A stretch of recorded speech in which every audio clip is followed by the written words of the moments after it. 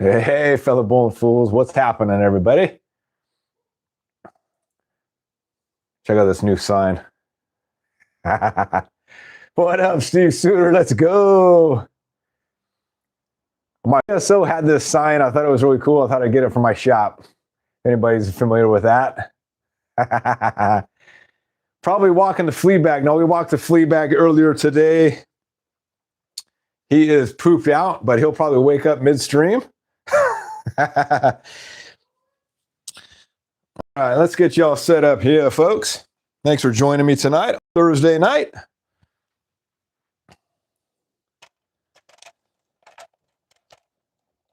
Ah.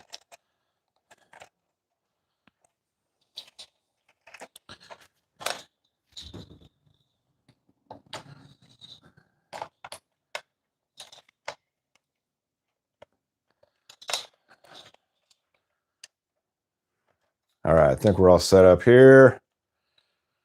We can't show the door because then Miss Bowling Fool will walk out and she will be seen. We can't have that now.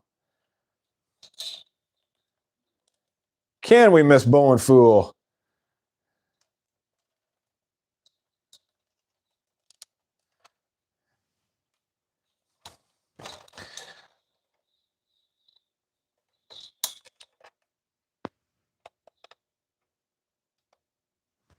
All right, here we go. Howdy, folks. How we doing? All right.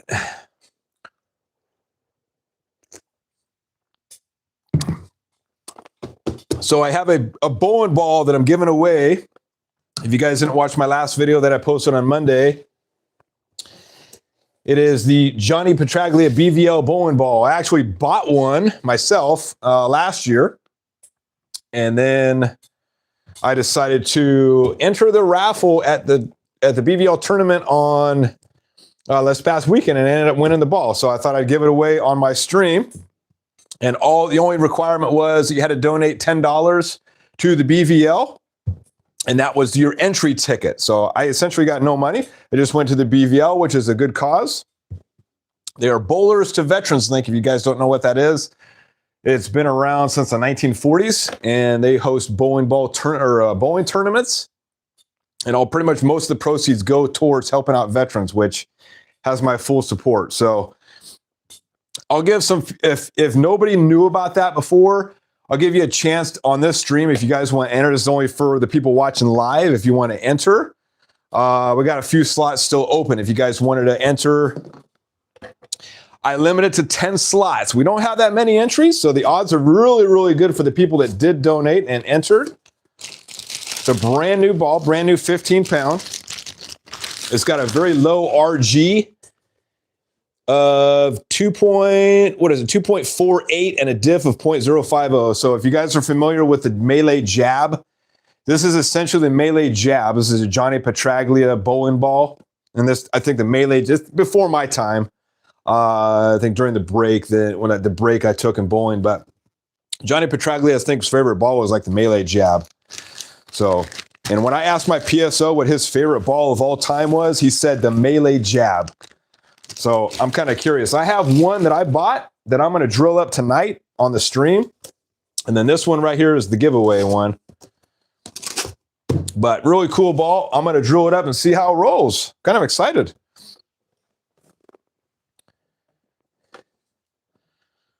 All right. Let's see who we got in here. Steve Suter, what's up, my friend? Big Sag, the thumbnail graphic looks great. Yeah. So I had fun with what was it? Chat GPT. So I'm kind of like old school, and I didn't really get into that stuff until like a couple weeks ago just to check it out. And I just put in a photo, and it gave me all these different photos of like the cartoon graphic that you saw and a whole bunch of other ones. I thought it was pretty cool. So I'm like, I'll use that for the thumbnail, but I can't take credit for that because all I did was put a photo in and it came out with that image. So I thought it was pretty cool. Too Tall, what's up, brother? Too Tall, I'm going to be heading down to SoCal. I was supposed to head down to SoCal this week, and I'm kind of still under the weather.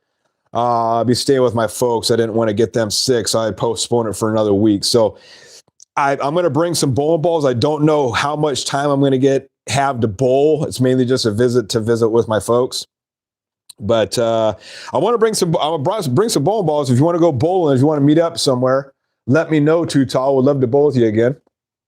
Like I said, I don't know what day I'll have free, but plan to go bowling. Definitely down in SoCal. If anybody's down in SoCal and they want to bowl, let me know. Also, too, if anybody from SoCal, they want a jig. I know there's one of my subscribers was down there this week for the NAMM show, and I told him, yeah, I'd meet him down there. And then I got I'm still kind of recovering from the sickness, but I was going to bring a jig down to him. But I'm more than happy to bring jigs down or the alignment rods down to SoCal. If anybody's down in the SoCal region, I'm going to be like in the San Bernardino County region. So, like, you know, if you're in the LA, Orange County, or San Bernardino counties, we can meet up somewhere. If you want to take a jig from me or an alignment rod, let me know. I'll be happy to bring some down to you. And that way you get them right then and there. I'm not going to charge. I'm going to actually give you $20 less, charge you $20 less, because I don't have to worry about the shipping and all that stuff. So let me know. Derek Morek, what's up? 2978. You watch and beat the champ from my hometown. I love Beat the Champ. Love that show. Yeah, I was watching the one on, and the guy was rolling the Criterion Solid. I was like, when I saw him roll that, I was like, should I get that ball? I don't know. I heard it's pretty good. It's kind of funny because, like I said, there's an ongoing joke with me and Broski. Broski, every ball that he doesn't like, I like, and every ball I like, he doesn't like. And he didn't like the Track Criterion Hybrid, which is my number one favorite ball now. I love that ball. I've got 6 games on it so far, and all 5 games are over 200, and I have 3 games 240, 260, 276, 277, all within the span of 6 games. And I did not touch the surface on that ball whatsoever. So that ball is amazing. And also the Archetype Hybrid, which I love. I love the Archetype Hybrid. Broski said he tossed it. He didn't like it. So go figure. So what I'm doing now is, hey, Broski, which ball don't you like? That's the ball that I'm going to get. Okay. Yeah, if anybody watches Be the Champ, let me know. I'm like addicted to that show, and I love that show. I wish they had like a national Beat the Champ or like a regional where they had one on the West Coast, and because I would love to try out for something like that on the West Coast. By the way, if you guys just joined the chat, hit the like, do some love, hit the like, hit the subscribe. If you're not subscribed already, I plan to go around 2 hours. I always say that, but I go over. We'll try. I'm going to do some drilling. I want to talk about pitches because I had a subscriber of mine email me on questions about pitches with bowling balls. So that was one of the things when I first got started drilling bowling balls, that pitches were, oh, what the heck's going on? How come this is that and this is doing this weird stuff? And things are reversed on the XY table, and it can be kind of confusing if you're not really familiar with it right out the gate. It took me a little while to kind of understand it all. And definitely when you start drilling your own bowling balls, you want to have a practice ball. Just a crap ball that you can just practice holes in and see what the pitches do based on how you move the table. And on my drill sheets, I actually have notes just so I make sure that I rotate I turn the table the right way. Any of you guys that are drilling your own balls, you might want to just have cheat sheets for you as well too. Steve Suter was still waiting on the fence, Miss Fool. Yeah. Yeah. What I did is I took a picture of the back fence, and I was gonna edit a photo to put her face on there with a hat. I got one of my hats like that he used to wear too, or Mr. Wilson I was going to do that, but I think she's chilling in the house for now. She may come out later. We'll see. But yeah, we still got to figure out a way to do the fence and stuff. So patience, Steve. We'll get there. Steve Suter just waiting on the big winter storm. Yeah, so I feel sorry for you guys that live back east that are getting snowstorms and stuff. It was 65 degrees out today, California. We haven't had rain in a couple weeks, nice and sunny. The other day, it was 70 degrees out here in Northern California. Not to rub it into you guys. But t-shirt weather, it was pretty amazing. I couldn't believe it. We could definitely use the rain, but I'm not complaining about 70-degree weather.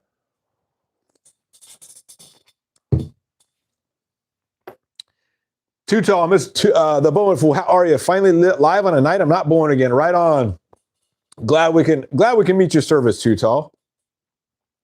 Tori Casey, 1214, what's up? Has the melee core, exactly. And it's got this ball has the HK, it's actually got HK22 plus Savvy Hook 4.0. So if you look at the other melee jabs, the Savvy Hook was 2.0 is what they had. And Savvy Hook is actually what they have on the Crown Victory, believe it or not. I don't know if anybody knows the Crown Victory, if it has Savvy Hook 4.0, but essentially this cover stock is, I think, pretty close to the Crown Victory, other than this being a pearl and the Crown Victory is a hybrid. But this looks like it's a very strong ball. I read some of the reviews on it, and it's like a lot of people say this was a sleeper ball. So kind of curious to see how it reacts. Brunswick made a limited run on these. It's about $125 on Gebhardt's. If you go on BVL, it's $100 a ball. But this could be yours for the low price of $10. By the way, a last stream I did, I was talking to you guys about doing like a waffle, like a bowling ball raffle, where you guys donate $10 or whatever. We cap it off at like 12 or 15 people. I looked up the legalities of that, and I don't know how the other streamers do it, because for any raffle that's hosted on YouTube, there can be no money involved, right? If there's money involved, then it's considered gambling, and it violates all state laws as far as gambling goes. So I'm not exactly sure. If anybody knows how other streamers like Nate and Elise get away with doing that, let me know. But I'd love to do that for you guys. But when I looked up, how to do it, and it was like it's not legal if you have money involved. So the only way I can do it is just giving it away for free. So if you know any kind of legal loopholes or anything like that, let me know. I want to help you guys out, but I also don't want to break the law. Bisag 10, are we going to get another Too Tall and Bowling Fool video? We possibly could. Too Tall for sure. Let's make it happen. Also, do you want some ultra safe to try out? Maybe do a compare with the Wizard 13. Yeah, that'd be cool, man. Awesome. Yeah, I'd love to try that out. The Wizard, so one thing I don't know if I mentioned this on the last stream or not, but when I plugged up the rest of the balls from the last stream I did, I only plugged it up halfway, and then I just did solid colors on the balls when I topped it off. But the one thing that I noticed different from the Wizard, so this stuff, the Wizard 31, this is made by Ultimate, and I believe Ultimate is a B7 brand. This is I think Brunswick owns Ultimate, if I'm not mistaken. If you go on the Brunswick site, I think Ultimate is under their umbrella. And then I had the Storm Thunder Plug. Well, the Wizard 31 is a heck of a lot thinner and easier to work with, even when it was cold out here. So I put it in a little bit of a bowl of warm water, and it was really, it thinned out really quick. There was almost pretty much non-existent bubbles, right? Which I was very stoked about. The Thunder Plug was notorious for bubbles. And I'm kind of curious why a lot of the PSOs and other people recommend the Storm Thunder Plug, because I don't think I maybe had like one to three balls that had zero bubbles.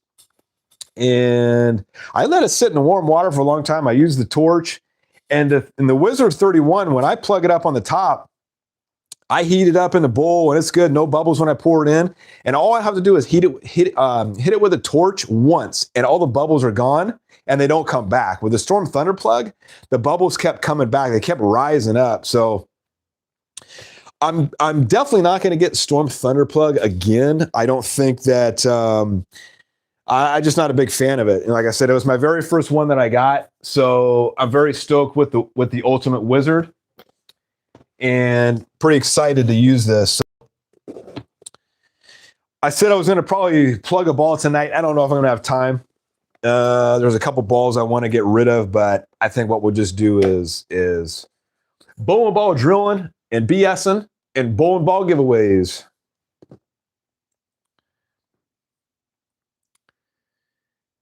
Ugh, I got a bunch of that stuff on my dang hands. So that's the only bummer about this resin stuff. Sometimes it leaks out the top. can be very messy.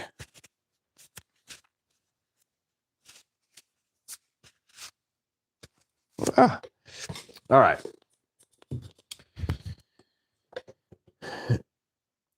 Derek, there are some really good bowlers in my area. Are you up in, where are you at? Where's your hometown? Up there in the New York area? Yeah, they got some really good bowlers I've been watching too, and it looks like a lot of them get if you watch them on there, some of them it seem like they get nervous and stuff and making stupid mistakes. I'm like, damn, how the hell did they get on this show? Like I watch them, like I could do better than that, but then I think like, man, you got a crowd watching, you're being televised on YouTube, and there's if you look to see how many people watch that. I mean, I think it was like 8 or 10 hours in after they had aired it in the morning, there was like 15,000 views. I'm like, damn, that show is getting really popular. And I can actually see them move into different parts of the nation and making that show a lot more popular. It actually helped bowling out, I think, if they had like different, like the Western states, the Pacific Northwest and Northeast, all that stuff. Florida, a lot of good bowlers out in Florida too. And then make like all the champions from each sector go to one main ultimate champion. That would be awesome. I think it's coming. If the people that produce that show are seeing the numbers, they're definitely, I guarantee they're definitely thinking about it. Steve, you're finally learning. Leave that surface alone. Yeah. Yeah. It's interesting because the track criterion hybrid, I did not touch the surface. Like I said, when I bowl with the storm balls, God, I always forget the name of the damn polish from Storm. Anyway, Power Edge. There you go, Power Edge. The Power Edge is garbage. Something about those, I just have to get it. I have to knock it off the ball, and then it starts reacting. But the track criterion track criterion hybrid.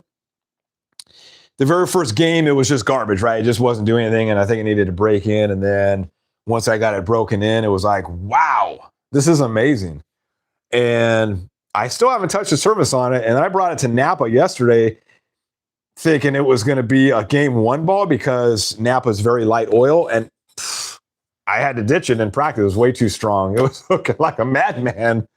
And I was like, damn.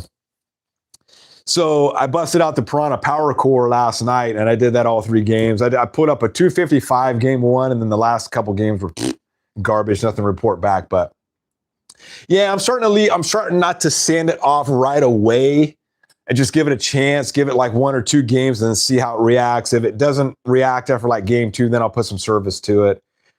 Like I said, the deviate collision line, really strong balls. The track criterion hybrid's another good one. So I'm going to start, like I said, I'm going to start leaving the service alone. Yeah, I'm going to listen to you, Steve. Too tall. Is Broski rev dominant? I would say Broski is speed dominant. Or he's either speed dominant or balanced. So he bowls a couple mile an hour slower than I do, and I think his rev rate, if Broski, if you're watching, let me know of what you consider yourself as. I think he's slightly speed dominant, maybe balanced. Oh, is he? Okay, he's at league. Never mind. Okay. The hysteria is the truth. Can't wait to roll that ball in league tomorrow. Did you roll it yet, Too Tall? Must have rolled it in practice. Yeah. Hysteria didn't work for me, and I probably didn't give it a chance, but I didn't like the shape of it. I bowled 15 games on it, and it just wasn't jiving. So glad you somebody out there likes that ball. Anybody getting the Evoke Mayhem that came out? And what do you guys think of that color? Do you think it's cool? It reminds me of like a 90s Taco Bell color. So like it just reminds me of 90s colors. It's kind of cool looking, I guess. All right, Derek, it was huge in the late 80s, early 90s. They brought it back because of the demand. Oh, damn, I didn't even know it was out that long ago. Wow. Super crazy production. Friends of mine own the one center they have it at, and it's an all-day production. Damn, that's crazy. They're sitting there at the bowling alley all day long? Holy moly. Thanks for sharing that information, Derek. That's pretty cool, man. Yeah, I was kind of curious at how they did all that stuff. Too tall. Not sure where that special effect fits, though. Seems weaker and later than the hysteria, though it's a solid.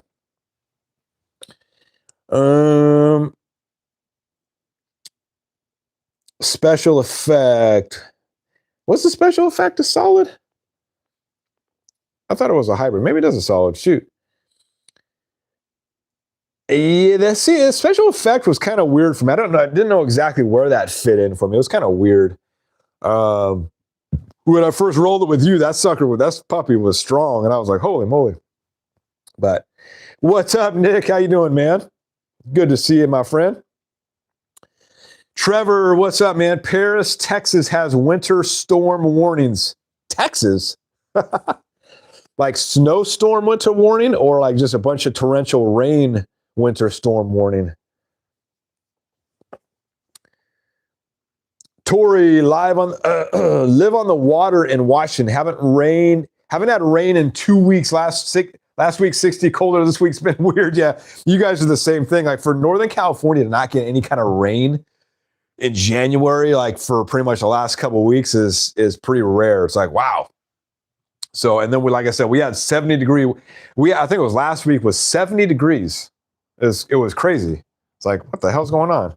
We got the cherry blossom trees already starting to blossom and everything right now. It's pretty crazy.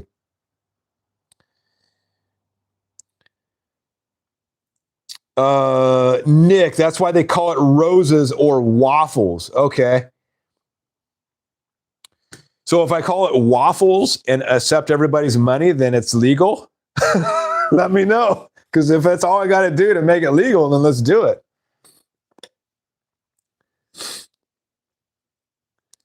I just don't want the tax man coming, hey man, you owe us a bunch of money here. What the hell is going on? Tori, people mowing yards in January, unheard of. Usually more rain and rain. Yeah, that's crazy. Oh, by the way, I'm drinking a Culture Pop. I got these 50 cents at grocery outlet. It's kind of bland. It's zero sugar, just all fruit juice.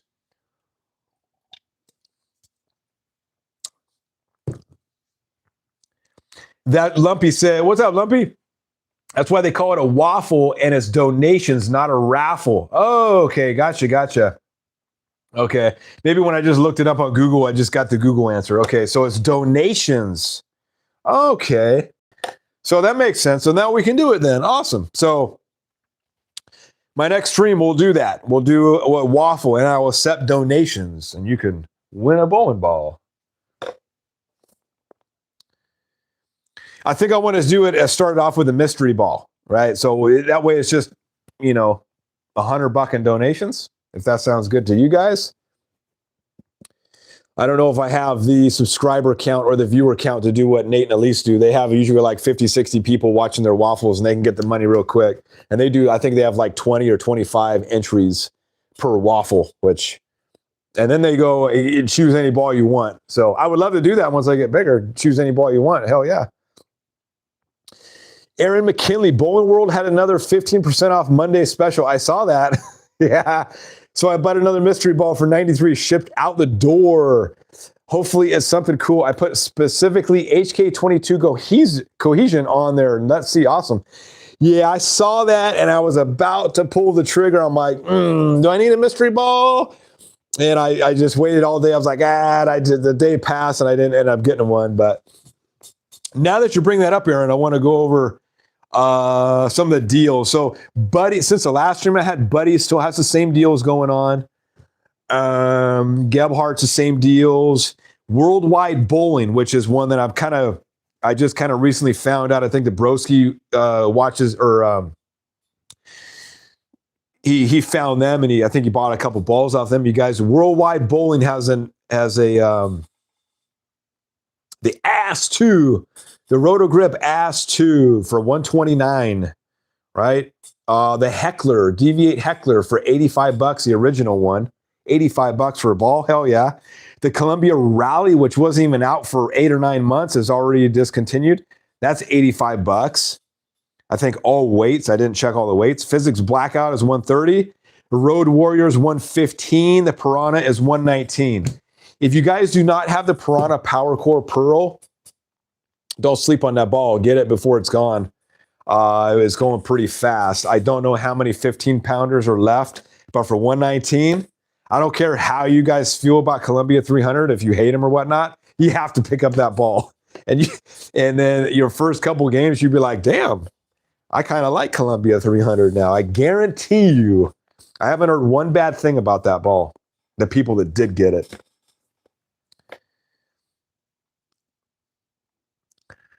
Derek Buffalo, right on. Cool, man.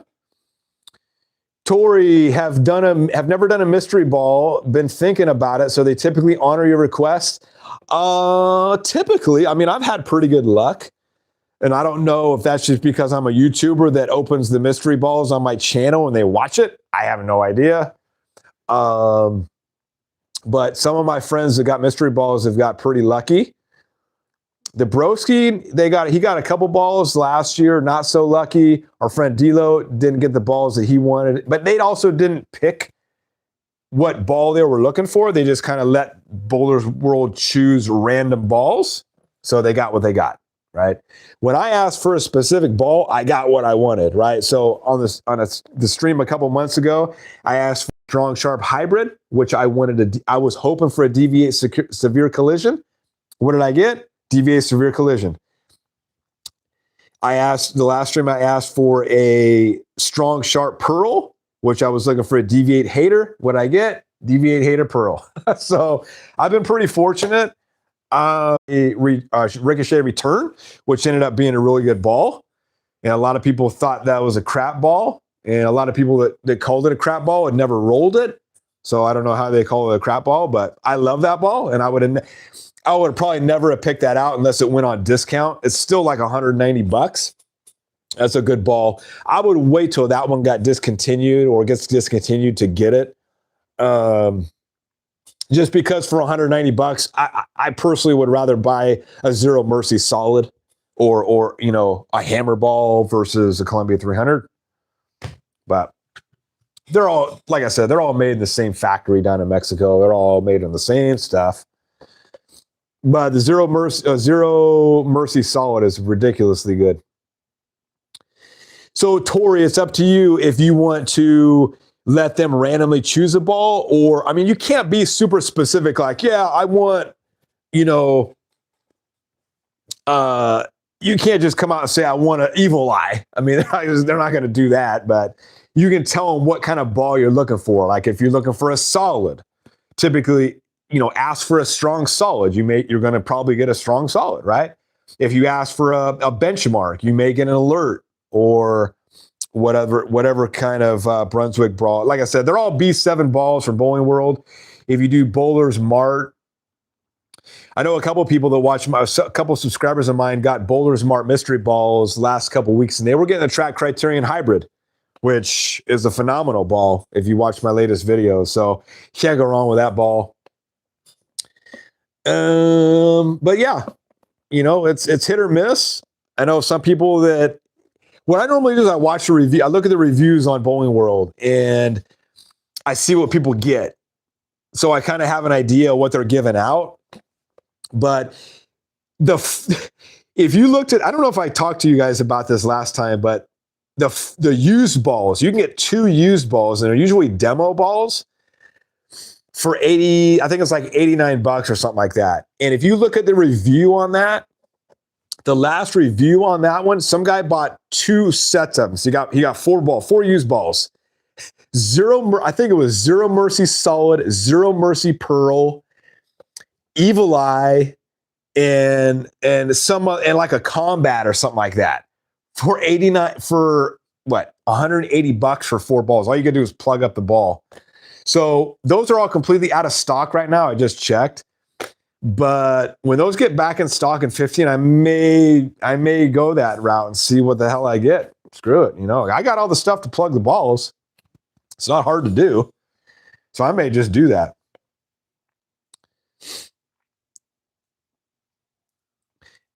Derek, it's on local TV every week here too. Yeah, local TV, sweet. Tori Casey, gotcha. Derek, the producer, is former PBA pro Joe Ciccone. Nice. Ciccone? Too Tall. Yeah, I'm really enjoying Beat the Champ. My employer is headquarters in the Buffalo area. That show got me low-key thinking about requesting a transfer. You don't want to transfer out there, man. You're in Southern California. You want to transfer to Buffalo area, New York? Holy crap, dude. Unless you like the snow and cold weather. When I got out of the Air Force, there was a job offer working on C-130s on skis out in Buffalo area. I'm like, hell no. You guys can have that cold weather. Hell no. Not Mr. Tibbs. Bowling Fool. Merry Thursday, bro. Awesome. I heard you're at League, not Mr. Tibbs. Aaron McKinley, 6415. Tori, I'm 3 for 3 with yeah, Aaron's got really lucky. And then Dead Polymers, I think he's probably on like 15 surprise balls. And he buys them when the balls get released, like this last batch of 4 balls that Brunswick released. He probably orders them. He probably ordered like a couple of them. If you're on here, Dead Polymers, let us know. And he pretty much get what he gets, what he asked for. He got some really good balls. And they will never give you the same ball twice. So the more you order, the better chance you have of getting whatever ball they have available. So they've been giving Evil Eyes out. They've been giving Zero Mercy Solids out, Zero Mercy Pearls, a lot of Columbia 300s, a lot of Deviate Hecklers. They were giving a lot of those out. A guy in our league got a Deviate Heckler. I'm going to try Motive High Performance next time. Okay, with Bowler's Mark. Gotcha. Tori Casey, as a lefty, I knocked the polish off almost everything. Yeah. I'm tempted to knock the polish off my Criterion Hybrid just to see, but it's so strong, I really don't need it. I really don't need to. Now, Mr. Tibbs, I'm a bit speed dominant, working on getting the revs up a touch like everyone else. Gotcha. That's what I thought. Crash Bang Rick, 524. Anybody throw the Dynasty yet? We got my daughter one, but still got to get to the garage to drill it. That's the one ball I wanted in the last batch of Brunswick balls was the Dynasty, just because I had the 3.0 and it was garbage. I wanted a replacement. But I have the Zero Mercy Solid, so I don't really think I need the Dynasty, although I can always use another purple ball.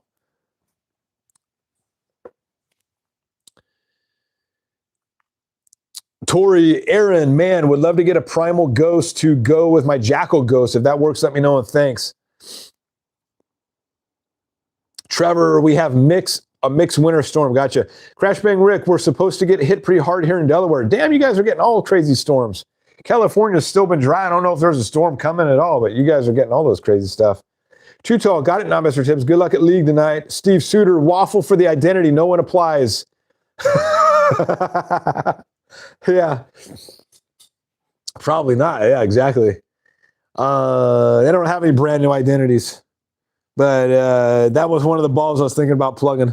Actually, I'm gonna end up plugging the identity. That's not a question of if, it's when I do it.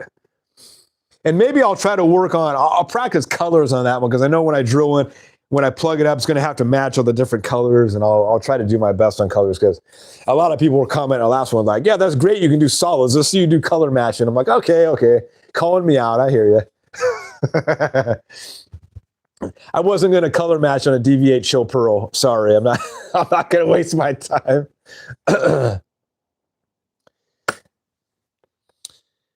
Too Tall, that Evoke Mayhem looks interesting. Probably going to get that. A Raptor Rain. Raptor Rain looks really good. Or an Iron Max before Nationals in May. Right on. Yeah, we got Nationals in May. What day are you going again, Too Tall? I think we're going I think it's like May 14th, if I'm not mistaken. That's when we're going. Tori, agree on the Mayhem. Eyeballing it myself. Yeah, Mayhem looks pretty cool. Steve, Too Tall, pass on the Mayhem. Go with the Hammer 3.0 Dynasty. I think that is the better ball. Luke Rosal is kind of saying the same thing. Okay. Hell of a lot cheaper, too. I'll tell you that. I think that Dynasty is going to be a really good ball. And from the reviews I've been seeing, that thing is sharp. Like, holy moly, does that have an explosive back end? Like, damn. It looks like way more than the 3.0. Pretty impressive. But purple, I mean, could they get another color?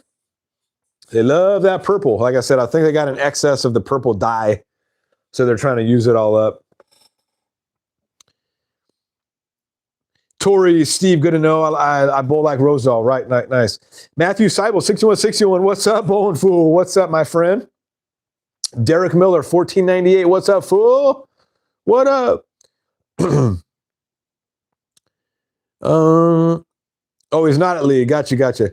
Too tall. Steve, the Mayhem does look kind of hit or miss in reviews, but I've never rolled a widow. Damn, you never rolled a widow? You don't have any widows at all? Oh, you definitely have to get it then. I would get the 2.0 hybrid or the Dynasty.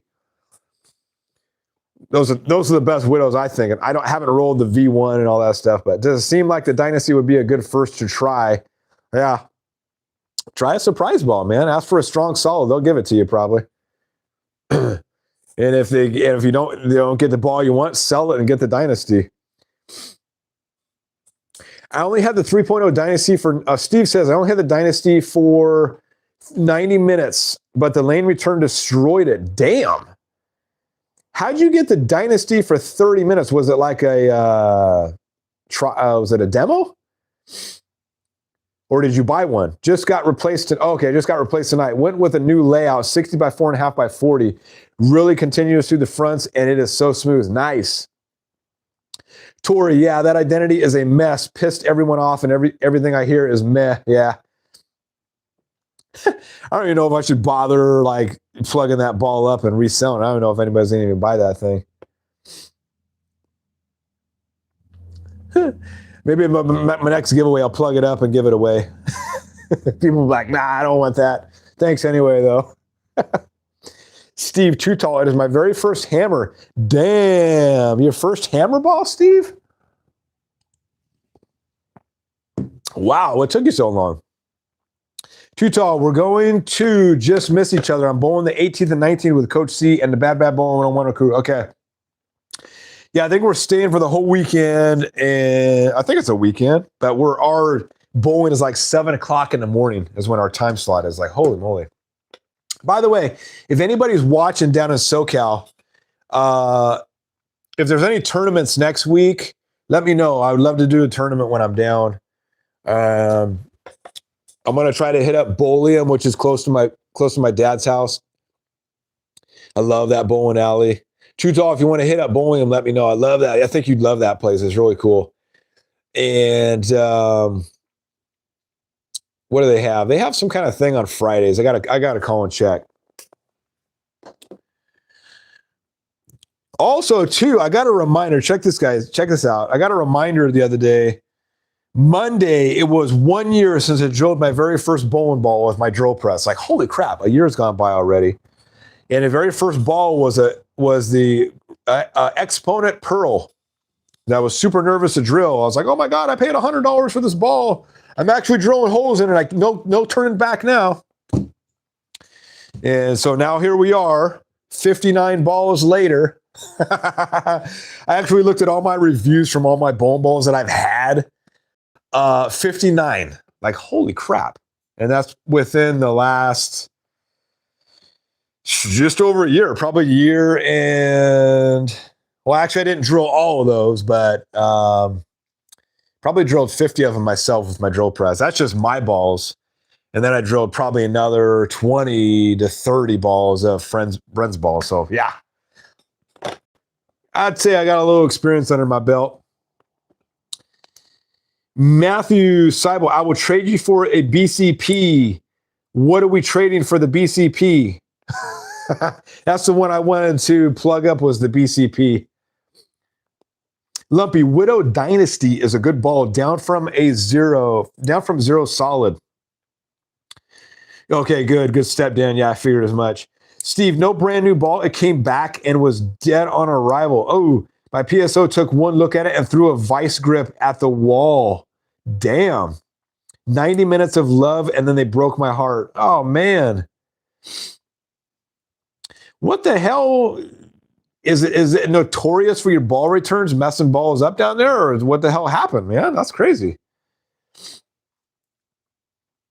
Thought you guys had really good bowling alleys down there. What the hell? That sounds like what a Bolero That's what happened if you go Bolero. You get damaged balls. Every single ball that got damaged was from a Bolero.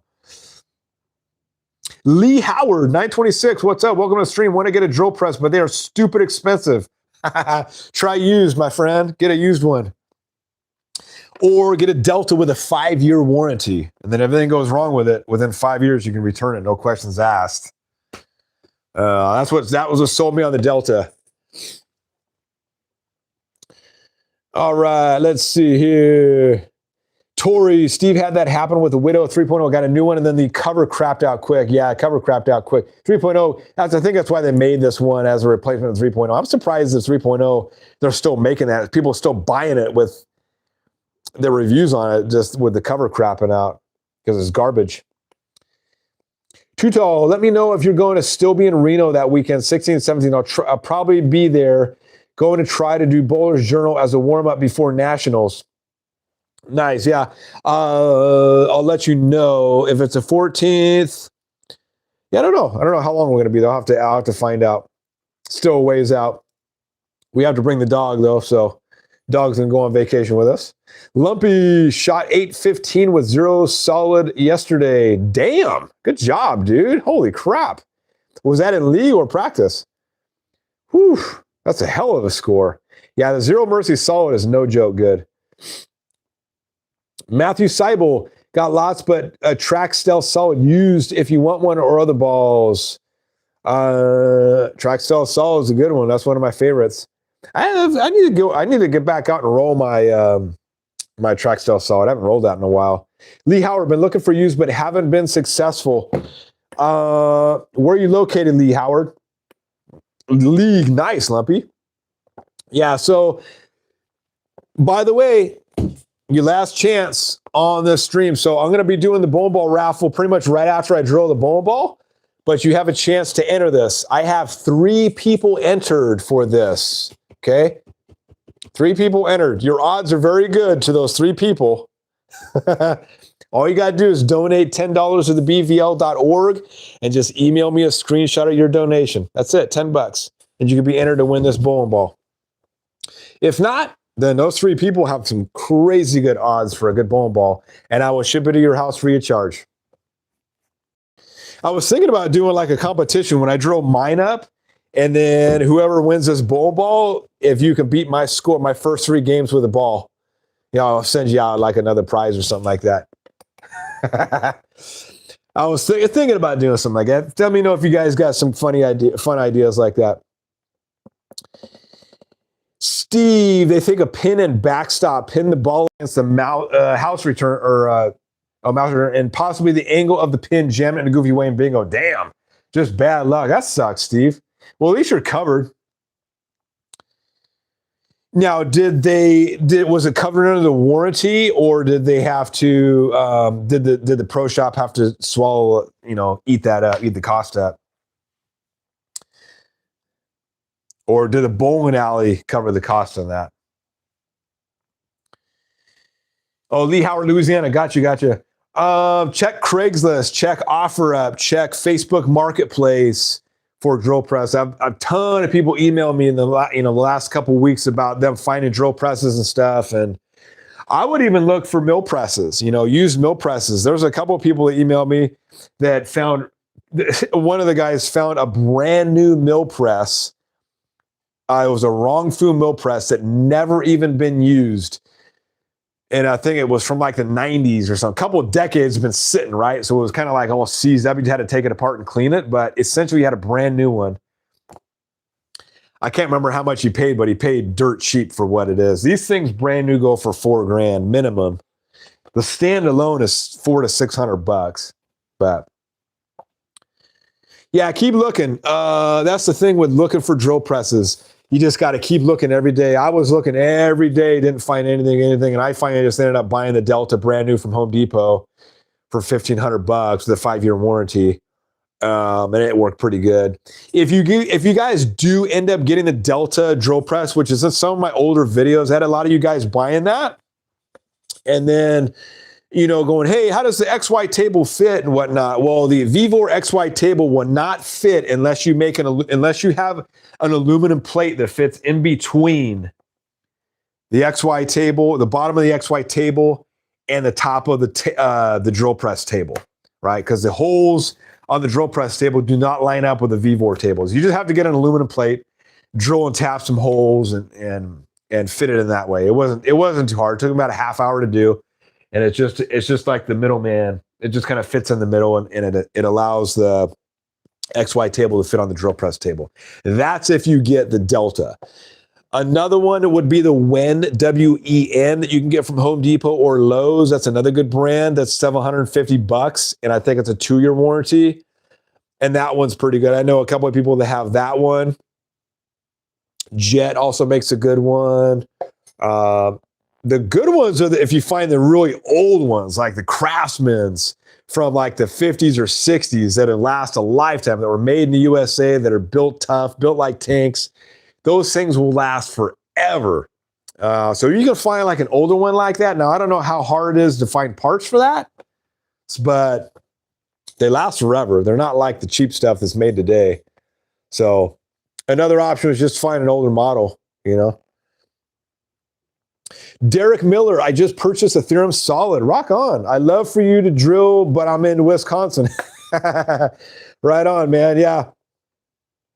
I'm trying to drill. There's a guy in our team, our league, that is on our team in Napa. He's got a Heckler hybrid. And I've been trying to like match up. I'm trying to get his ball and drill it up for him and get all the measurements down and stuff like that. We just haven't had time to do it. I've been pretty busy lately, but yeah, man. I mean, I'm kind of looking at drilling other people's balls and stuff like that. So we'll see. But yeah, what I'm doing right now is I'm just copying, like, I'm copying whatever layout is on your ball. There's a lady on our team in the league I bowl in, and she came up to me and wanted a bowling ball, wanted me to drill it. I'm like, oh, I don't know. I've never drilled a ball for somebody that does very slow roll, slow rev, or low revs. So, and I don't have the experience to look at somebody, size up their hand and measure it out. Okay, you need this pitch, you need that pitch. I'm not there yet. I'll get there once I take some courses or classes and stuff like that. But that's the goal, is to get somebody from the street and go, hey, let's get you sized up and good to go. But right now, I'm just drilling mine, my friends, and my friends on my team, on my league. So we're getting there, Derek. But I thank you for the thought out. I thank you for the appreciation, man. Matthew Seibel, thought your Stealth cracked. It did. And then I bought a used one. So I made a video on that, Matthew. I got a used one on eBay for $25, and I did a whole video of buying a used ball on eBay and making it brand new again. So check out that video if you haven't already. It's pretty cool. And yeah, it worked pretty good because I liked that ball so much, and then it cracked on me. And like I said, I think it was very, very rare that it cracked, but I think it cracked because it was the PSO's display model that was sitting in his window. And I think just from all the heat from the sun and the temperature differences caused it to crack over time. That's what I think. Steve Suter, no, sorry, it is closed. I was the first. Y'all stay away. All right. Nobody wants it. Okay. So nobody else wants to enter. So it's only 3 people for the ball. First off, I want to thank those 3 people that donated to the BVL. That means a lot to me. I'm very picky with where I donate my money to. So there's a lot of charities out there that you have to do research on. Like, I'm not just somebody that throws money out there and, the people that sit outside your supermarket, hey, donate to this, donate to that. Well,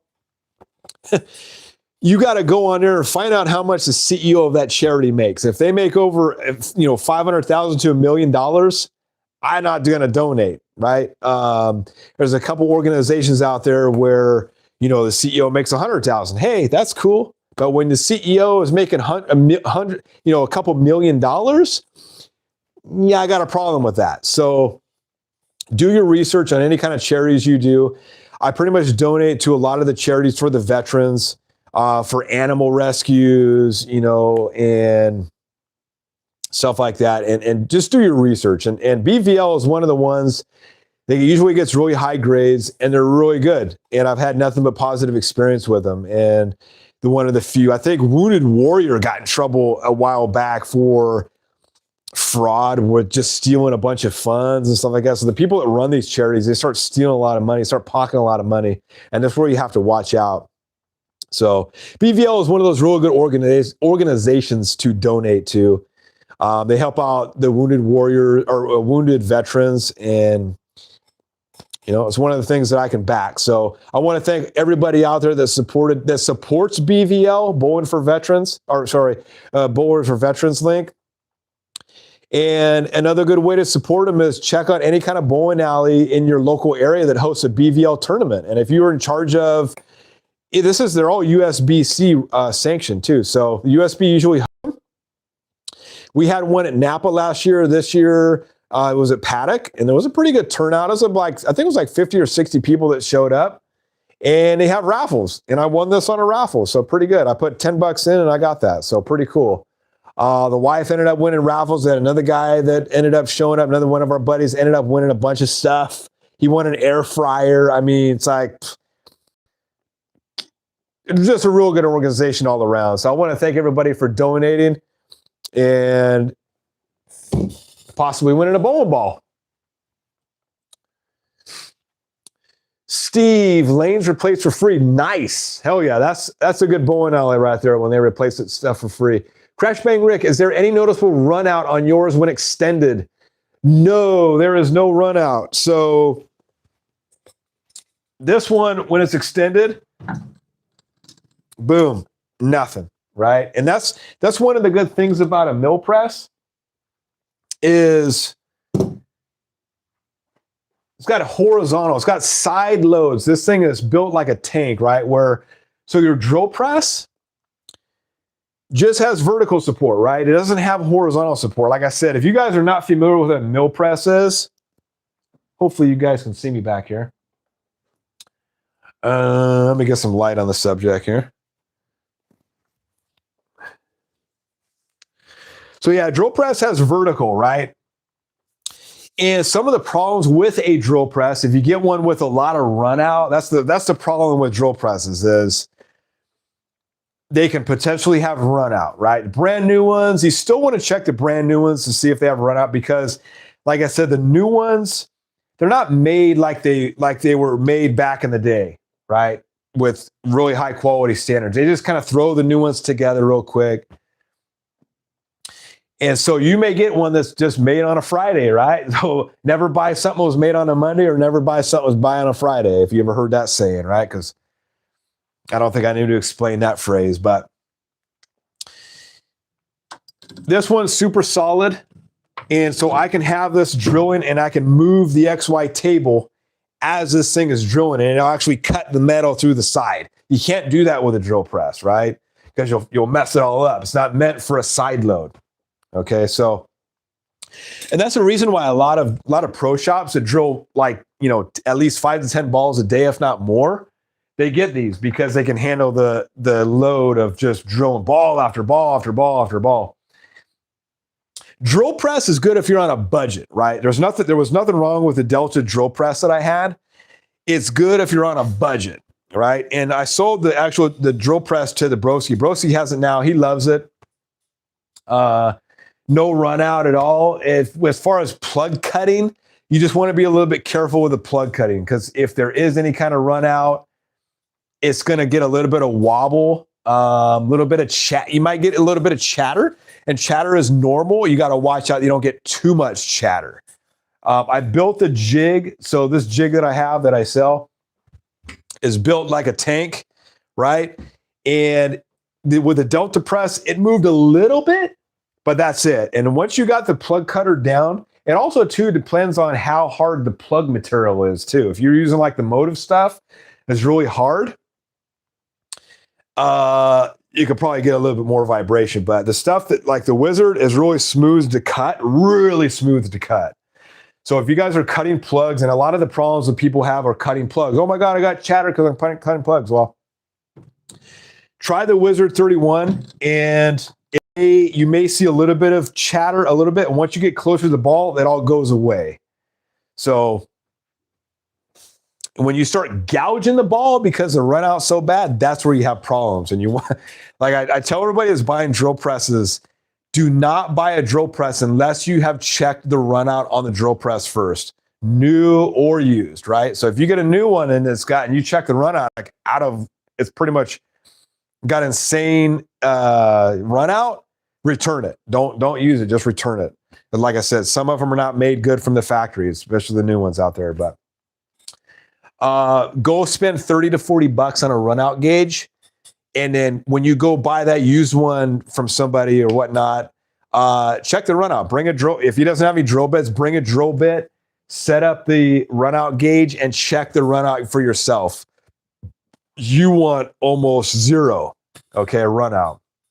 Any more than that, and that's where your chatter comes in. That's where your vibration comes out, is from run out. So yeah, and that's one thing you want to look for too. If you bring that down, bring it down all the way. And then I would suggest if you don't have a run out gauge and you're looking at a drill press, here's another thing you can do is as you're bringing this down, hold the chuck and shake it back and forth, side to side. And if you feel any vibration in your hand, that means run out. And then just keep looking. Don't buy it, right? That's the only thing I can think of if you don't have a run out gauge. Hopefully it kind of went off topic, answered your question a little bit there.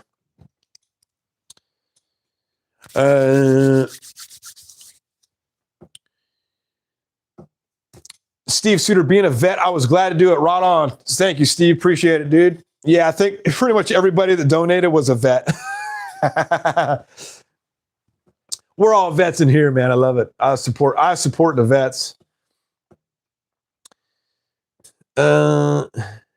Even if you don't, there's a lot of people out there that don't, even if you don't support the military, you support the people that, you signed on the dotted line, you signed your life away on the dotted line. You got my respect, man. Like maybe trying to support their family or whatnot, making a better life out of them. And it is military to me. When I was young, I signed up when I was 17, joined when I was 18.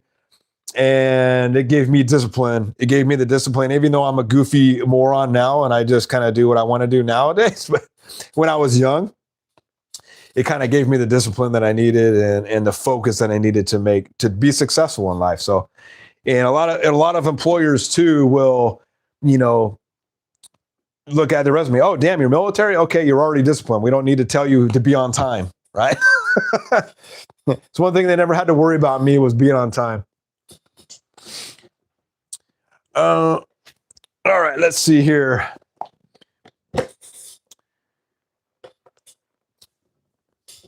All right, Tori, have that same headlamp. I love this headlamp. It comes with a 3-pack.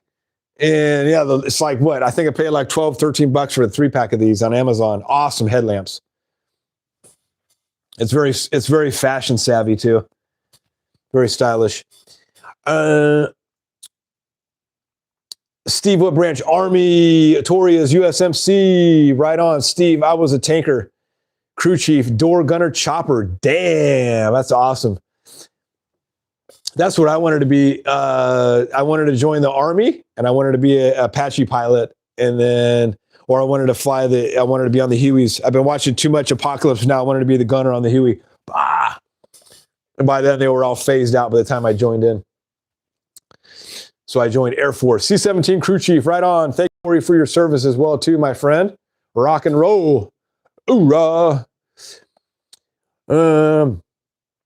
We had a guy in the Air Force. It was funny. He had a bulldog tattoo, like the Marine tattoo, and it said U.S. Air Force. I'm like, that's the wrong tattoo, man. You got to get a picture of somebody sitting on a chair. That's what we do in the chair force. Steve Suter, on time means get there 15 minutes early, and the term hurry up and wait means everything. That's right. Yeah, people don't have to worry about me being late to anything because I am there. Yeah, I'm there 15 minutes early. And if I'm not, I get all stressed out. Oh my God, oh my God. All right, so let's see. All right. See what anything else I forgot. Oh yeah, so one cool thing about the BVL tournament on the last weekend is the 270, what I get, a 276, 277, whatever the score was I got for the Criterion Hybrid. And I'm looking it up, and it was the highest score of the whole tournament. I was like, holy crap. And of course, I didn't put any money into brackets for like the top score. You know how you can put money in for the highest score of the night, and it's like, or the day. So lesson learned, because I never thought I would get the highest score of the whole tournament. I'm like, that never happened to me. There's always people in here that are just getting like 300s and stuff. And lesson learned, always put your money in the brackets no matter what, because you never know. So every tournament I'm going to do from here on out, I'm putting my money in. Highest score of the tournament, you know, and all I did was put $15 in brackets for the 3 games. I won like $25, bit whoop-de-doo, but some guy put $100 in and he got $350. So put your money in brackets. I'm still kind of new with tournaments, so I'm not really sure, like, oh, how much money should I put here? How should I put there? And I'm not really much of a gambler, but I'm going to start doing that from now on. So yeah, if you guys are not putting money in tournaments, do it, put it in the brackets, and that way you can win a whole bunch of money on the side. I probably would have won a bunch of money, probably at least $100, if I would have put money on the top game of the night. Cool. All right. I think we can get to drilling. And by the way, if anybody's got any questions about anything DIY related, let me know.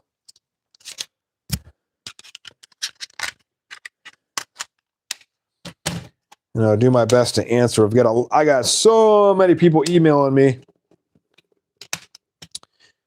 and asking me questions about drilling related stuff. So now's your chance to ask those questions in live time.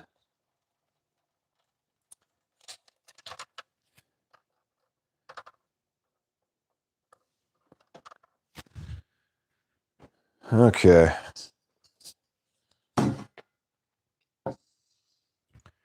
I tell you what do you guys want to do? Since it's only going to be 3 of you guys, you want to do the wheel spin for the raffle now? Or you want to wait? Let me know. Tell me right now.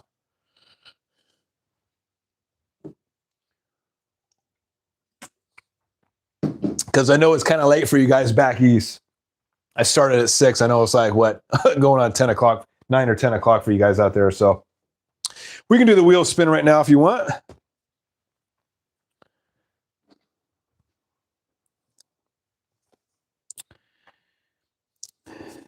Yeah, shoot. Yeah. Steve, let's see. Lee Howard, hey, thank all for the service. Lee Howard, love the videos, but I'm going to bed. Right on, Lee.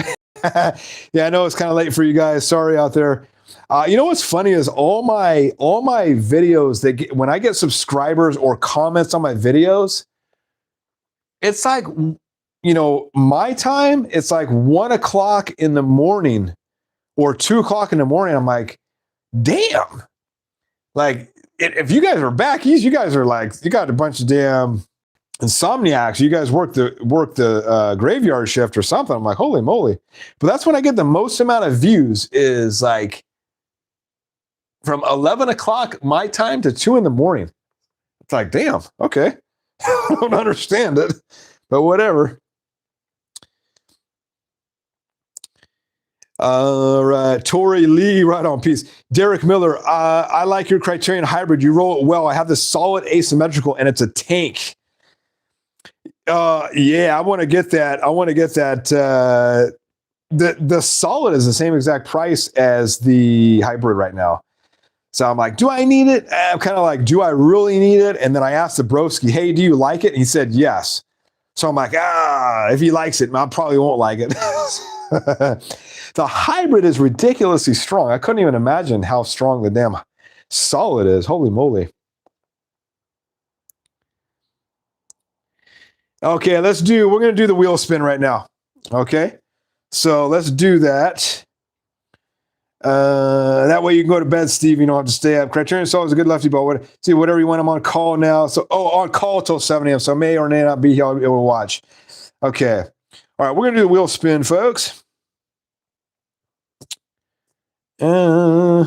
Okay, let's see. Wheel of spin. All right, I will put it up here. All right, so we have 3 people. We have Brad Staton, we have Tori Casey, and we have Steve Suter. All right, this is for the 15-pound BVO ball. And I'm going to hold this up. I'm on a little bit of a delay. I'm going to get it where there's no reflection on there, if I can see that. Okay, there we go. All right, here we go. We're going to spin. Good luck, everybody.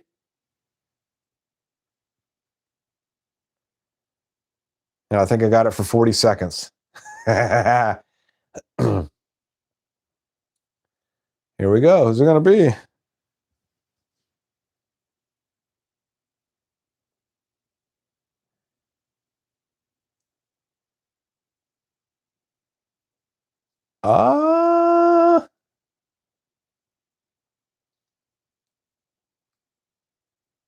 I think you got it, Steve.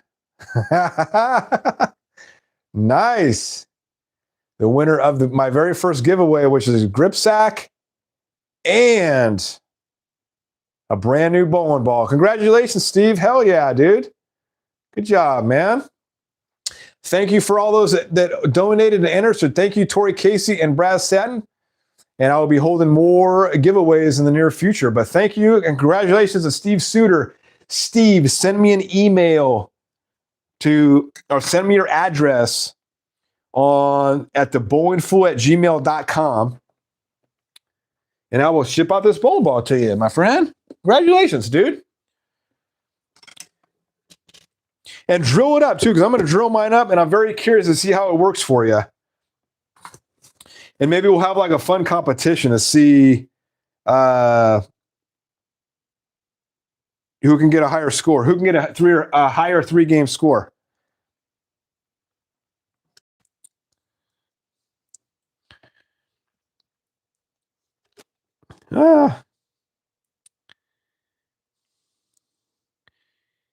Larry Tripp, I love my Criterion Solid. Thinking about the hybrid, I would get the hybrid. The hybrid is no joke. I'm speed dominant. I don't know how it'll work for if you're rev dominant. I think it'd be good for a balanced bowler too. Rev dominant might be much, but for speed dominant, it works awesome for me. I can only speak for me. My bowling is I'm like 16 to 17 miles an hour, depending. I'm like a 16 and a half average. My rev rate's probably 250, 300 tops.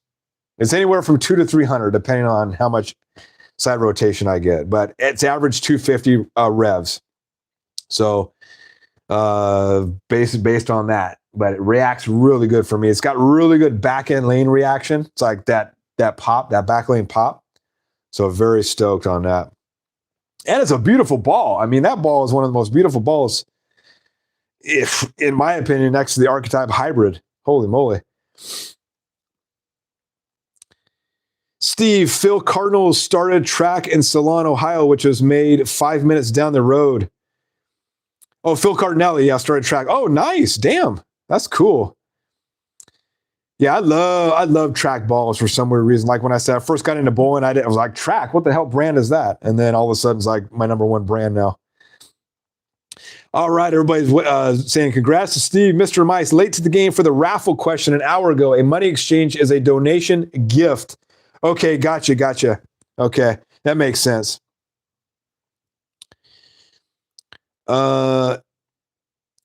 Tori, congrats, Steve. Right on. Tutal, everybody. Congrats.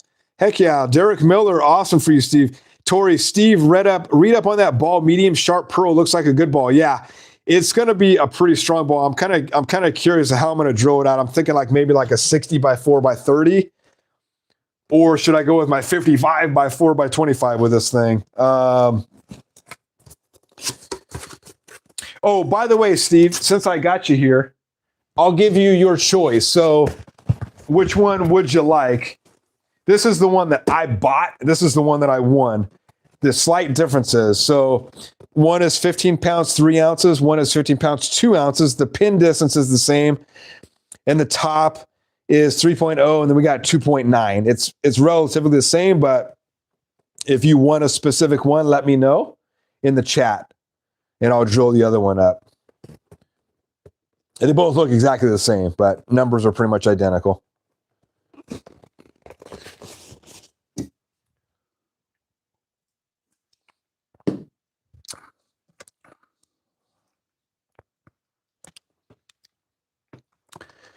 All right.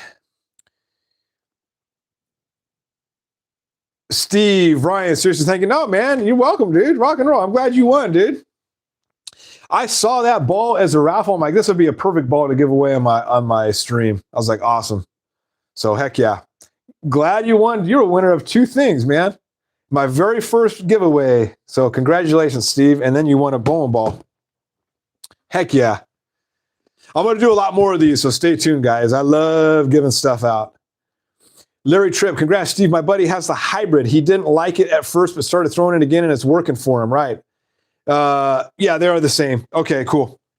So I will drill it up. This is the one I'm going to drill up. Oof.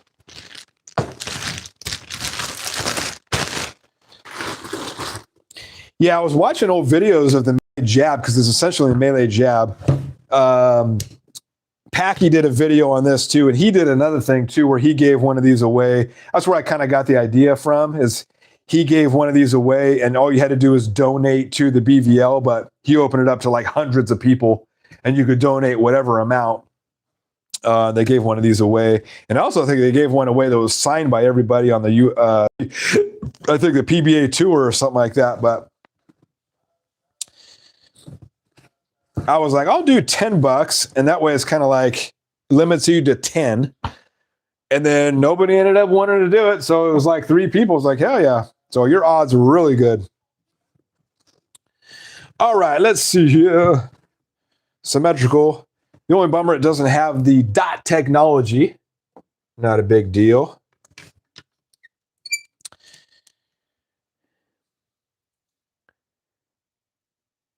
The hand-me-down grip sack. Yeah, it was a hand-me-down grip sack. That's right. I won it from the Radical podcast.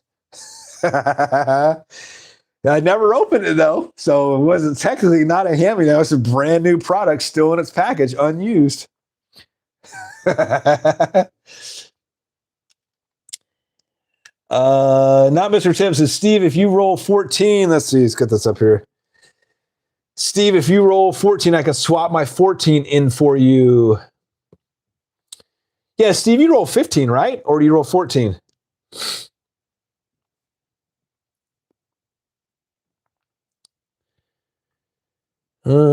Steve, I can throw either 14 or 15. Okay. Derek Miller, OG Theorem is my GOAT. I love the OG Theorem, and I found a Tundra Blue Fire, and it's been great.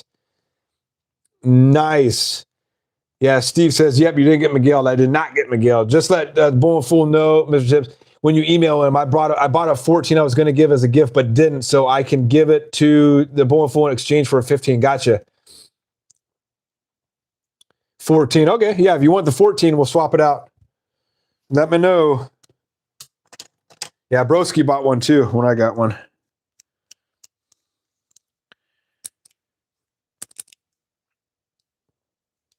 Yeah, I'm really curious. I bet this is going to be a sleeper ball. It's going to be a very strong pearl, I can tell you that right now. Any ideas on layout? Let's see. I'm thinking I'm going to do...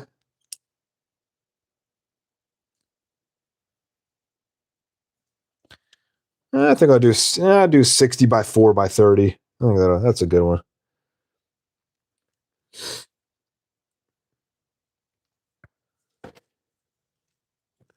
Okay, so Steve, you want the 14 then we'll exchange out?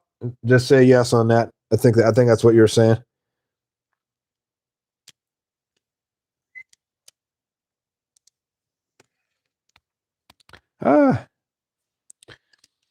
Pika dry pencils, everybody. So the number one question I get asked is, what kind of pencil are you using? Pika dry pencil found on Amazon. P-I-C-A is how you spell it. You Google it, look it up on Amazon, you'll find it. All sorts of different colors. This is not the case you get, by the way. This is a Nick Pro case that I just bought separately. Just so I can have them color coordinated.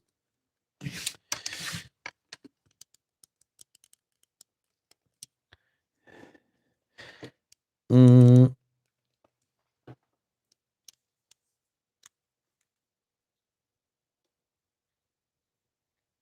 right, 60. And I do the dual layout method, right?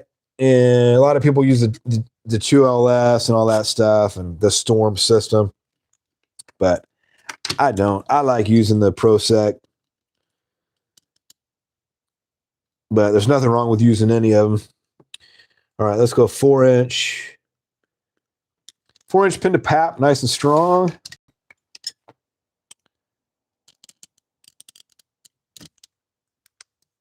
Put some light on the subject here. And let's go 30. Okay.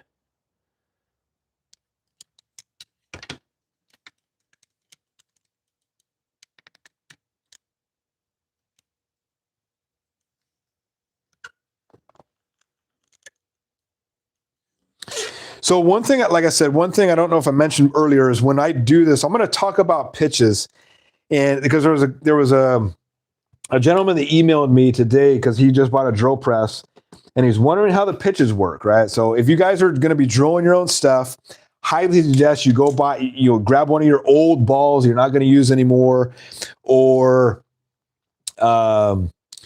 just get a cheap ball to practice on. You want to practice. You don't want to just get a brand new ball. Go, oh, okay, this is how I do it, and your first ball, and then you're gonna mess it up. Okay, so you have to practice. You have to learn how to move the table to get what pitches and whatnot. So we're gonna kind of talk about that, and hopefully I can answer some of your questions about that too. Because when I was first learning this stuff, the pitches to me were just a little bit confusing. It's just a little bit like, huh? I didn't understand. It was, if you got any kind of dyslexia, you're going to be lost. Like, what the hell is going on? The left is right, right is left, front is back. It's all kind of, wonky a little bit when you first learn. But once you understand it, it all starts to click. All right. So my PAP is 1 3/4 up, which we go down 1 3/4.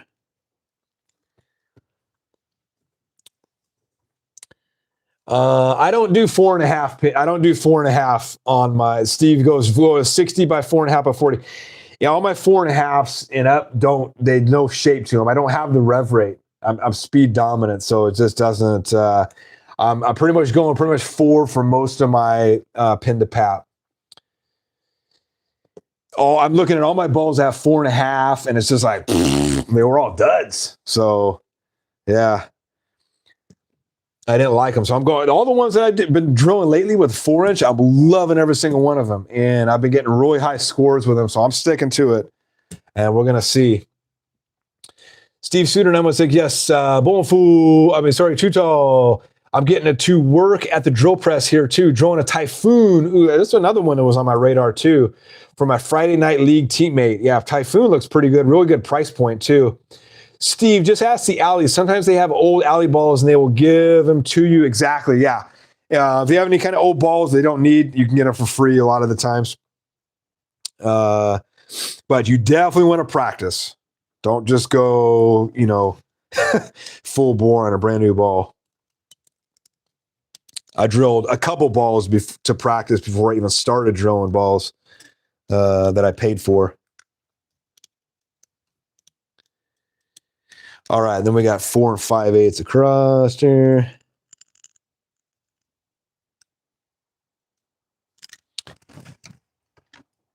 It's a cool color purple on this too. This is a really cool.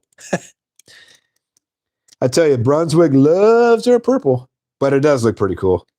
I don't have many purple balls. Okay, we're going 2 1/8 and 2 1/8.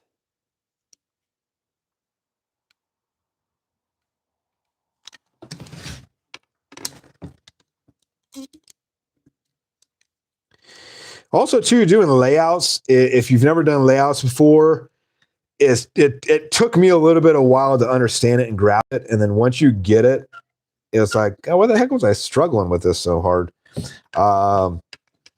But it took me a couple of days to figure out layouts. I got one of these and I just practiced with it on one ball until I finally understood what all the numbers meant.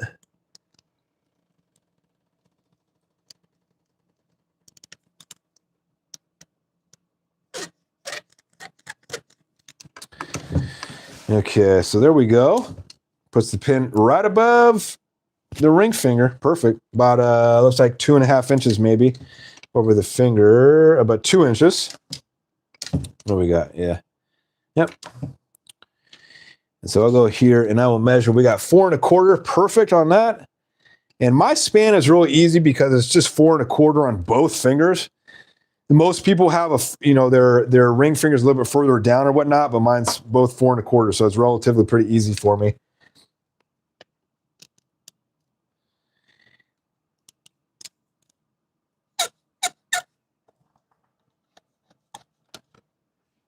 All right, cool. So we got that all laid out. We went 60 by 4 by 30. Perfect. $2. Yes, old alley balls are great for practice. Steve Suter, I have been finding out that a layout is complementing my layout is complementing my style really good. Oh, that layout. Gotcha. Yeah, you're gonna find like whatever works for you. Like I said, another cool thing about drilling your own balls and stuff is you experiment. Like I was experimenting with 4, 4.5, 4 1/4, 4.75, 5. I went to 5, I think was my biggest one, which just didn't work at all. That was the chill pearl. And yeah, you should probably do that with asymmetricals. I did it with a symmetrical. But you can experiment, and go like pin down and I don't think I'll ever go pin down again just because I don't have the revs or, it's not going to really benefit my style. But what I found works is 55 by 4 by 25 for a lot of my balls, or 60 by 4 by 30 is another good one. It's not too far off. I don't think I'll be able to notice this versus a 55 by 4 by 25. It's ridiculously close. Also 70 by 4 by 40 is another good one. I haven't really gone up past 70. Anything I take that back. The EXJ Jackal, the limited edition one, I went pin down on that just because I messed up the drilling on it. So I had to go pin and ring finger is what I did on that one. And so it was like an 80 by 3 and 3.75 by 60 or some weird crap like that.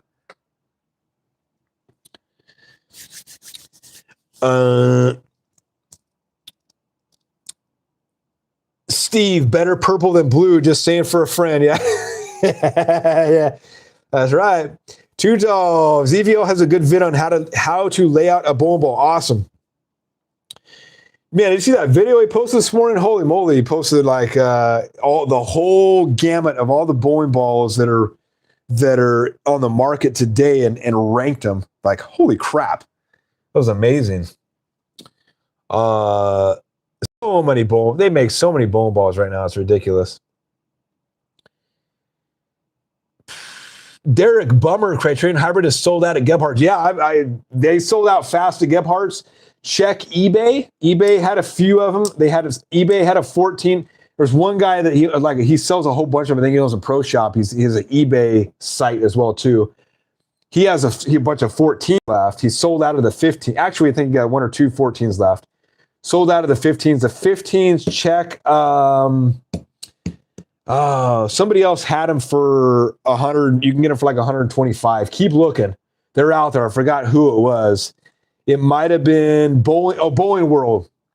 Check Bowling World. They have them for 120, 129, I think it is, or 126. And then you use the coupon code or whatever it is, and you get like 10% off or whatever. So I think Bowling World is the last people that have them for a good deal. Derek, oops, I'm incorrect on that. Yeah.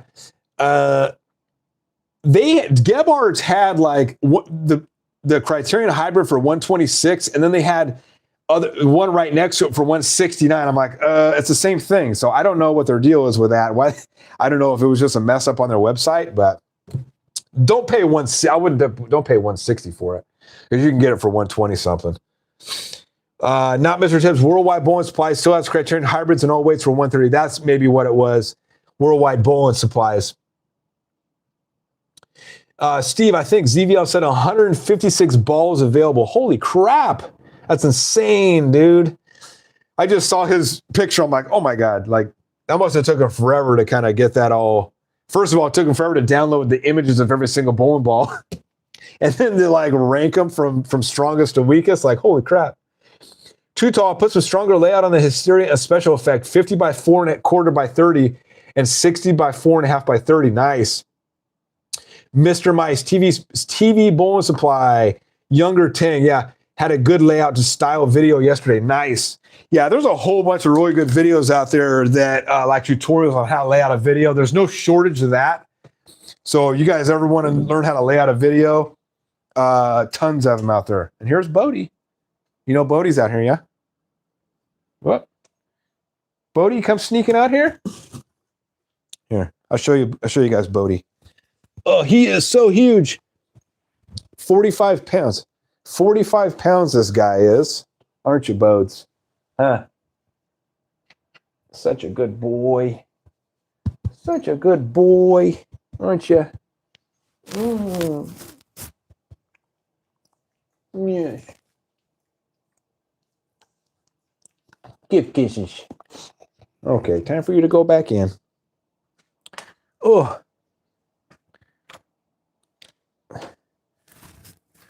All right, there you go. Oh.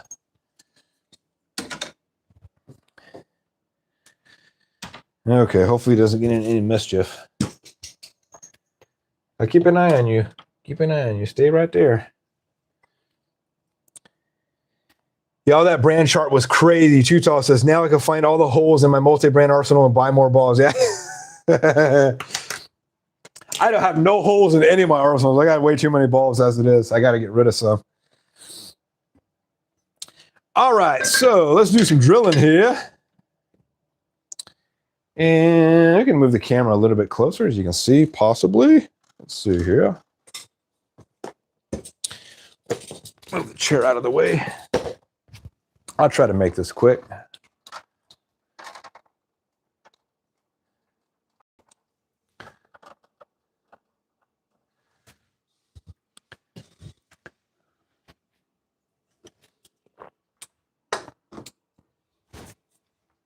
All right, sold a set of these two today, too. So if you guys are interested on a bowling ball jig or the alignment rods, I sell these. The jig is $5.99.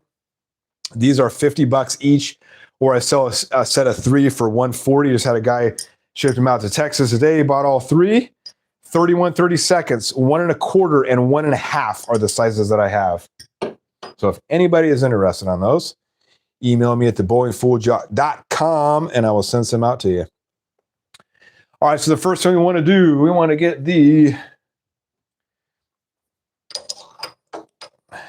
31 30-seconds because we're doing the fingers. And let's do, now we're going to adjust the pitches here.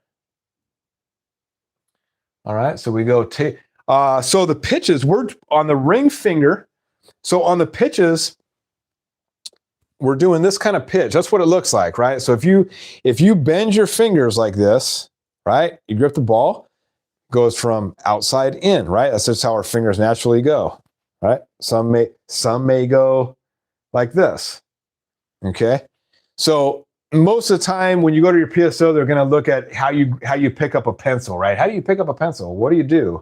How do your fingers rotate, right? And they kind of judge it based on that. I know that's what my PSO did. So if you have a good layout from your PSO and you like it and stuff like that, you can just copy what your PSO did and just get a pitch. You're going to have to get pitch gauges, right? That's the most expensive thing. Pitch gauges right here. And these are not cheap, but you will need these. This is a necessity for when you go and drill bowling balls. If you don't have those, you will not know what your pitches are when you go to check them. Okay. So we want to do on the ring finger, we want to do right pitch. Okay, so the hole's going to the right. So what do we have to do? We have to move the table to the left. We're going opposite. So we're going to move it 3/8 to the left.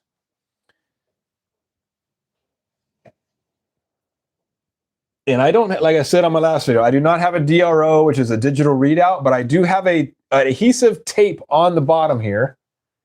If you can see that. Yeah, we got enough on there.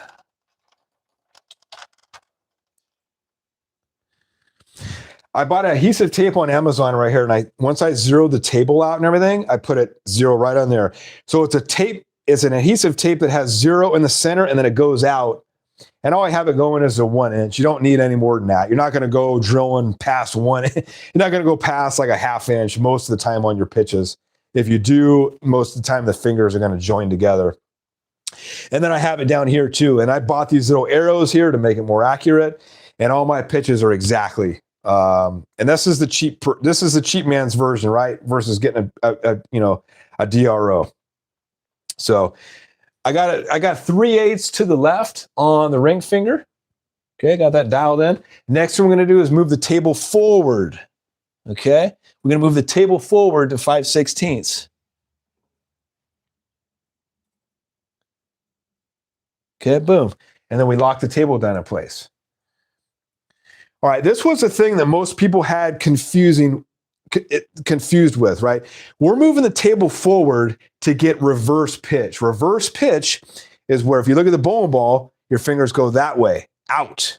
Forward pitch would be when they're moving in like this, right? That's forward pitch.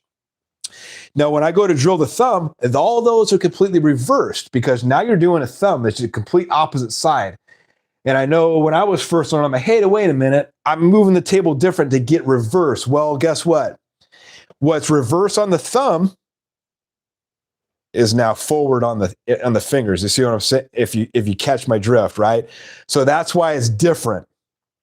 Okay, because now what reverse on the thumb is this. If your finger and thumb were the same way, then yeah, you'd be doing the same, but we're not. Okay. Hopefully I'm not confusing anybody here, but if you have any questions about that at all, let me know. Make sure this table is locked in place. I've got my alignment rod on there, and I'll show you just how simple this is. So I've got it really close to the ball, and all we're going to do is make it so when this thing touches, it touches the lines, right? So we'll get it really close, both lines.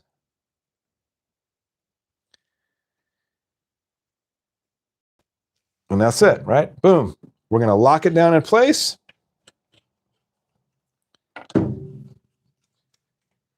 Boom. Also, too, on the top of the jig, I put a line here. I scribed a line here and here. So when you draw your span lines, you want to make sure that those lines are lined up with that line. If you have this line cockeyed, the pitches are going to be off. You have to make sure this is lined up completely straight with the center of the top plate.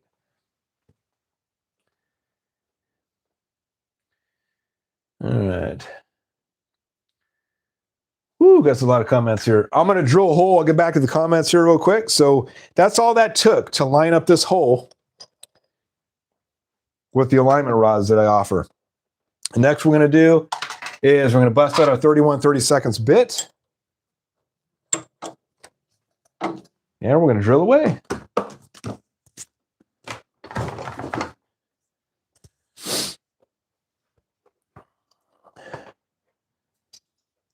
By the way, I use a DeWalt Stealth Sonic shop vac, which you will barely hear in the video. You can barely hear it in the video. I can barely hear it in my garage. It is the most ridiculously quiet shop vac I've ever had. If you are constantly drilling bowling balls, I would recommend any and all pro shops to invest in a Stealth Sonic. Otherwise, you're going to lose your hearing with a shop vac next to your ear all day long. Don't do it. Once you lose your hearing, you will not once you lose your hearing, you will not get it back. So very important. Working around jets, you learn that really quick.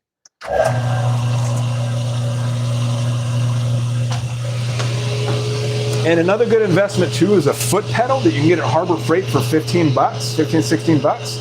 And you turn the shop vac off and on without having to mess with the actual on-off switch on the shop vac.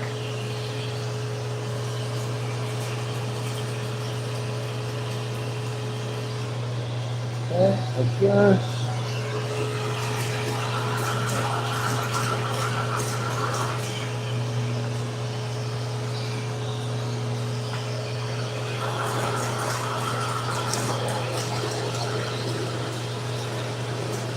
And you can really go, there's no rule like certain speed you should be going. I just bring it up every now and then clean it out with the vacuum, make sure I get all the bits out of there. And bring it back down. And I drill about a 2-inch hole. So I go down to, on my measurement up here where it says 2.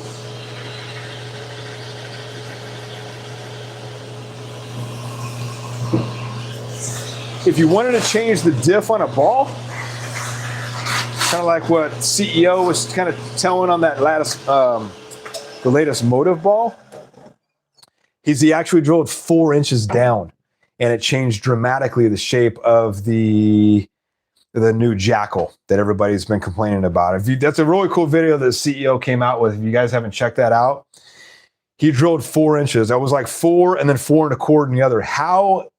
I meant to ask him if his holes touched, because I thought for sure they would meet at the bottom. So I don't know. I guarantee they met at the bottom, but you take out a dramatic part of that. And I know my old PSO, he's drilled out different 3-inch deep holes in the ring finger. And I said, why'd you do that? He says, to increase the diff. Okay, so you want your ball to be strong acting, drill a deeper hole. Okay. And if you don't drill your own stuff, you can go to your PSO, experiment. Go, hey man, how about you drill a 3-inch hole in my ring finger for this ball? Let's see what it does, right? So try it out, check it out. All right, so now we're gonna do the middle finger. So we already have the table forward 5/16. We don't have to touch that. The only thing we have to do is touch is move it to the right, because we're putting left pitch in now. So now we got to move it to the right 5/16.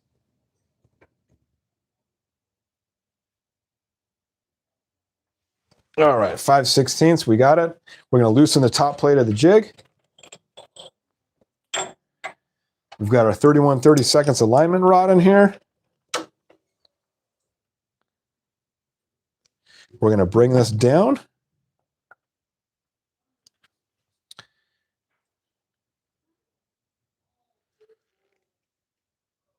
Okay, and make sure those lines are lined up with the top plate. Boom, lined up, tighten it down. Just like that.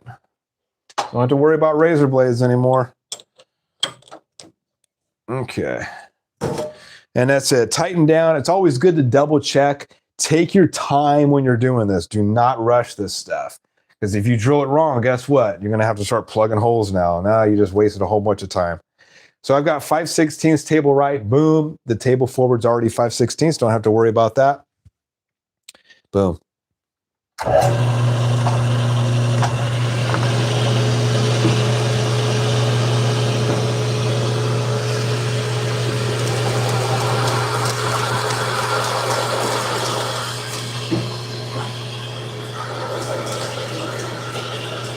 And like I said before in a previous video, this ball versus a Motive ball, Brunswick balls are ridiculously easy to drill. It's very soft. They're just a pleasure to drill. They're really good on your drill bits too. Never had to sharpen my drill bit yet. I could probably stand to sharpen my Jopo bit, but the rest of them are pretty good. All right, there's my 2 inches.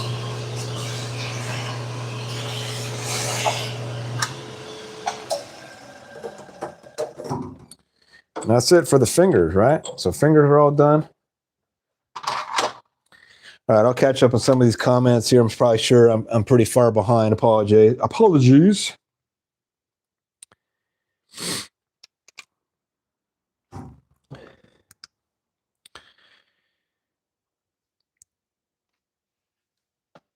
Okay.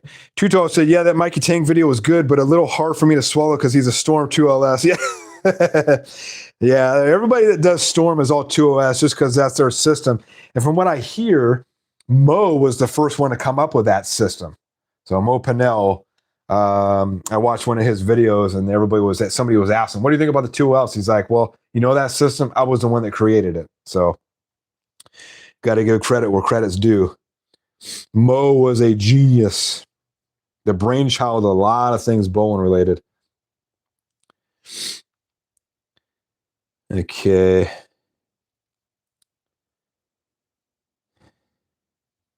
Mr. Mice, any motive throwers in here? I have a waffle ball winner coming next week, the Nebula. Nice. I have a few motives. I have about I got the Venom Shock, which if you don't have the Venom Shock, get the Venom Shock. And I also have the Sub-Zero Forge. I don't have any new ones though. Sub-Zero Forge is my newest one. The newest, I didn't match up with the Evoke Hysteria. Too Tall's got that one. Too Tall, it was good that he drew all the layouts with the same pap so he could see what the differences are. Nice. Too Tall, Mr. Mice, congrats on the Nebula. I have a Primal Rage Evolution, just push it up to give it another try in one of my leagues. Tori, Jackal Ghost, but that's really like it. Waiting, wanting a Primal Ghost as well. Mr. Mice, I also want a Raptor Rain too. Damn, dude. You nice. Raptor Rain has definitely been piquing my interest. Everybody's been saying nothing but good things. So I think maybe the two balls that are on my radar for motive right now are the Jackal Onyx and the Rain. They look really good, really strong. I think they would be good for speed dominant bowlers. Tori, mid bag has either been GB4 hybrid or Monster hybrid, but wanting a mid solid, looking at the Primal. Nice. Tori, people really like the Rain. Yeah, everybody likes that Rain. Steve, I hated my Rain, except Steve sold it to my cousin. It rolled as bad as my EXJ Jackal and got rid of that too. Now my Evoke is straight and Max Throw Hybrid is sweet. Damn. Isn't that crazy how certain balls work for others and other people hate them? You're the first one, Steve, that I heard doesn't like the Rain. Everybody else said they like it. Too Tall. It's not too bad learning your own pitches, but in my opinion, if when you start drilling for other people, it's critical to have a consistent and foolproof system for a drill sheet to table direction. Yeah, exactly. So I don't know if you guys were able to see on the video, but what I have here is I have a drill. You want to get one of these. So when you're drilling your own stuff, this is a layout sheet, right? And you can get this all free. I downloaded this free online. You just go into Google and put layout sheet. And this will be like a PDF file. Just download the PDF file and you can print out as much as you want, right? So it's pretty much self-explanatory. This is, these are going to be the same, right? And these are going to be 31, 30 seconds. I put in the size of the grips, okay, in these holes. And then the inch of the size of the hole. This is not for me. This is for a buddy on our team. Reverse pitch going to be out that way, and I put a little notes. Table forward for reverse pitch for the fingers, right? Right pitch for the ring finger is table left, table right for the middle finger, table forward, etc., etc. Come down to the thumb. If I want reverse pitch, I go table back. If I want left pitch, I go table right. Okay, and then you can write down your paps right here. But definitely want to have one of these for when you start drilling, and also when you start drilling for your friends and family or whatnot. Okay. Do not get confused with if you drilling a bunch of stuff for your friends, make sure and double check that you're looking at the one that is for you or the ball that you're drilling at that moment. I've made a mistake where I was looking at the wrong sheet and I'm like, oh, I drilled the wrong pitches. I was looking at mine and I drilled for somebody else's and I messed it up, ended up having to plug it. So definitely double check and make sure that your drill sheet is the one that you're for the ball you're drilling. Okay. But yes, thank you, Too Tall. That's awesome. Awesome advice. The Mitch Man, what up? Just got home from league. Nice. How'd you do? Too Tall. You can cheat the left and right finger pitches to make them more parallel and less likely to meet. Yep. The Mitch Man, I bowl like shit. That's not good, Mitch Man. Mr. Mice, besides pleasure, fun hobby of DIY drilling, has the investment paid for itself? The investment has more than paid for itself. I have drilled 59 balls. I've probably drilled total 100 balls. 80 to 100 balls have been drilled. And yes, with my balls alone, I have more, and the price of the PSO, local PSO charges, yeah, definitely paid for it and some. So yeah, I wouldn't recommend this kind of setup for people that are drilling one ball a month. It's not worth it. But if you're drilling 10 to 15 balls a year, 10, 20 balls a year, yeah, it's definitely worth it. If you want to drill for your friends, yeah, definitely worth it. It's fun. And it's freedom. It's ultimate freedom. Like I said in the past videos, you order a ball online, it comes in the mail, you come out here, you drill it, you got all your inserts, your Jopo, and then you go roll it at the alley. You go drive down the alley and roll it. I mean, and you get it done on your time. You don't have to wait for any PSO to get it done. You get it done when you want it done, which is the ultimate freedom. So yeah, definitely worth it. Mr. Mice, I've won 4 balls total. Good God, man. The last 2 months from Nate and Elise Waffles, the 2 I won last night are going to teammates. I have enough now. Damn, dude, you got some good luck, man.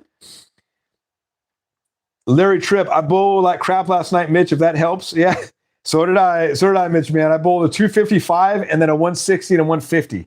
Were you that crappy, Mitch, man? I brought the wrong balls last night. I brought one for real good game 1. The rest of them, I got a bunch of splits.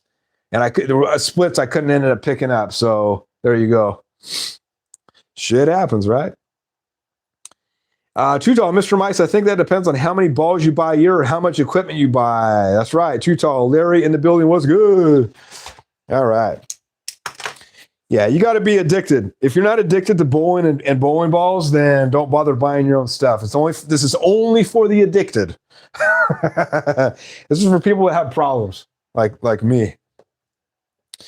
Okay, so now we're gonna do. All right, let's loosen this up. And actually, let's vacuum this out.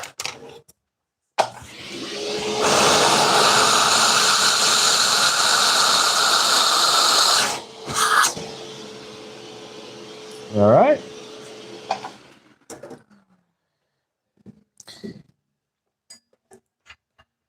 And we hit, I don't know if you guys can see that, but we hit on our lines exactly. So perfect, all right?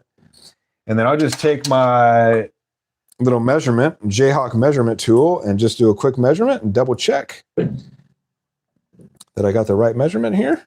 4 1/4.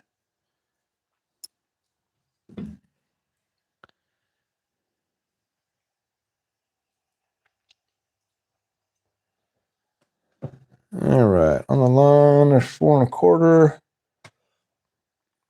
and 4 1/4. Okay.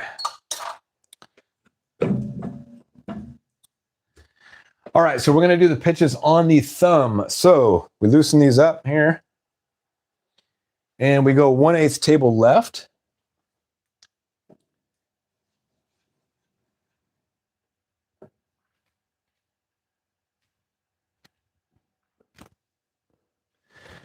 Okay, and then we go 1/4 table back.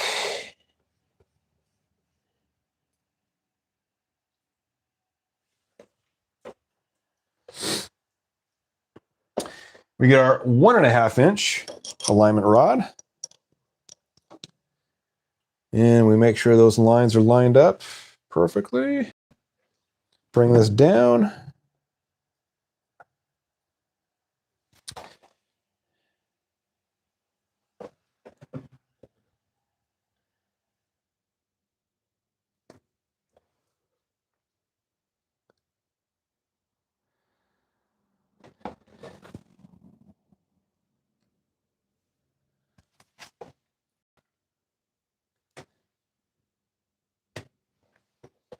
Good to go. All right, tighten it up.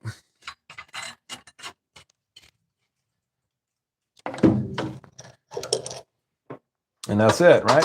Already lined up. All I got to do is throw my 1.5 inch bit in there. All right, and then just double check. We got 1/8 table, 1/8 table left. And 1/4 table back. Sweet.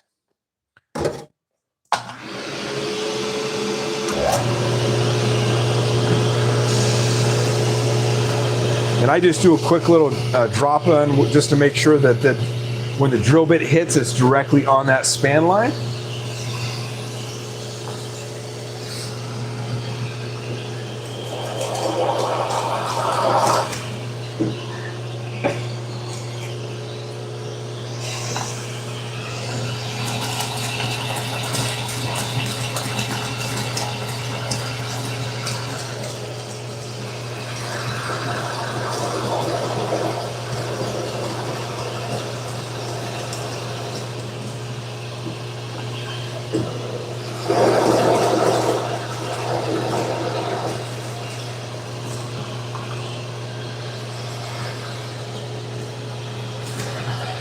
Kind of get my arm out of the way so you guys can see this maybe a little better.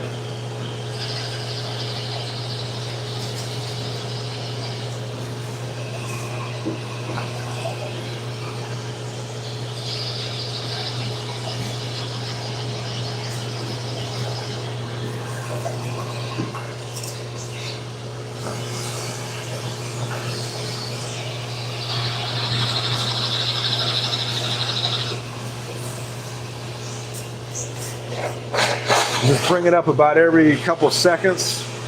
Bring out the debris. Sometimes the bowling ball debris gets stuck down in there.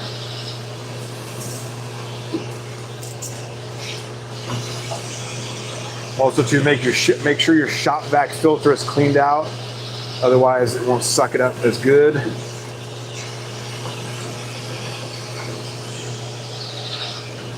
Okay. All right, so we're good with the pilot bit.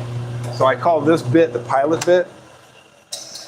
You can do a smaller bit. I know some PSOs and other people that drill bowling balls on YouTube will do a smaller bit and then they use a JOPO bit. Either one.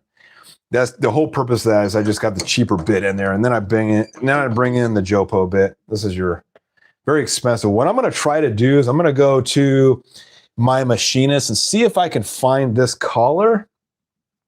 Exact same collar, and just go buy a bunch of these 1.5-inch bits and sell them, all right? And sell them for cheap because they weren't like $260 for these, and all it is this collar there that fits on it that goes a certain distance. So if I can get some drill bits for $70 and then maybe get this for $10, $20, sell the bits for $150, I bet I could sell quite a bit of them.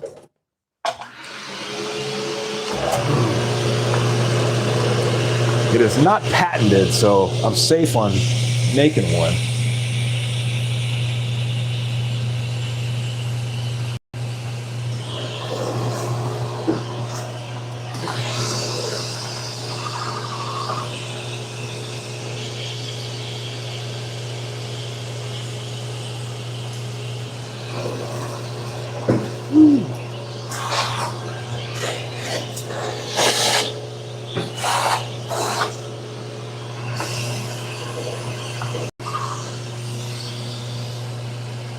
All right, getting low to see when the collar hits. As soon as the collar hits, we stop.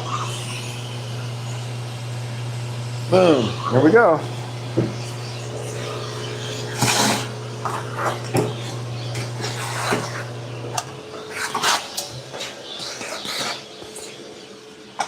Also, one more bit of advice too. If you guys are brand new to machinery, you never worked around machinery like this, if you have long hair, please put it back in a ponytail or in a bun. The last thing you would want is your hair to get in here and off goes your scalp. So drilling is pretty easy, but you have to respect the machine. This thing will not stop. If you got your hand in there or something, can be a very dangerous and deadly tool. So just want to throw that out there. Common sense. That's all it is. It's just common sense. Have some common sense when you're working around this stuff.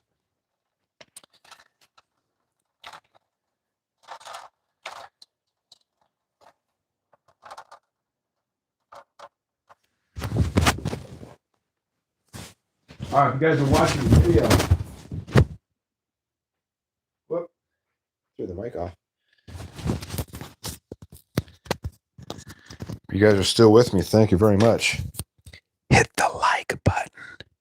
Hit the subscribe. I appreciate it. All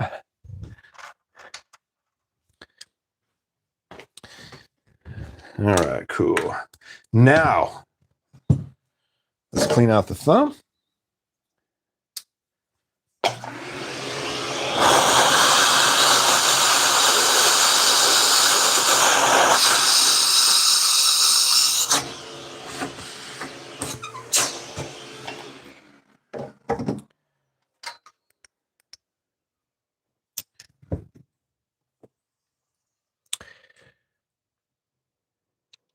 All right. Booyah. 4 1/4, 4 1/4. Sweet.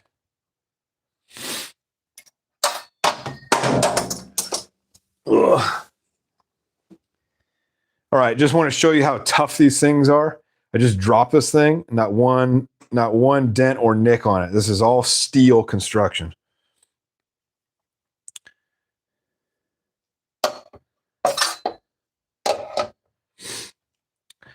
All right, let's see here.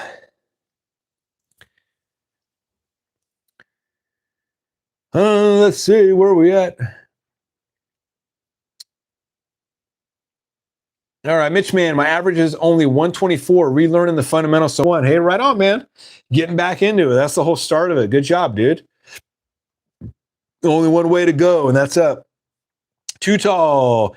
The bowling fool. That's exactly how I bowled Tuesday night. Had the wrong balls game 1 and 3. Had 9 splits between those games. Oh, God. Oh, man, that's brutal. Yeah, everybody last night was getting splits. Like not only our team, but the other teams. It's like when you bowl on strings, it's like you get these wonky 4-9 splits. Like the 4-9 is just the constant split you get when you bowl on strings. It sucks. Larry, so if I want to start drilling, what should I look for to get started, and what cost am I looking at? Hold on, Larry. Let me get something to drink here.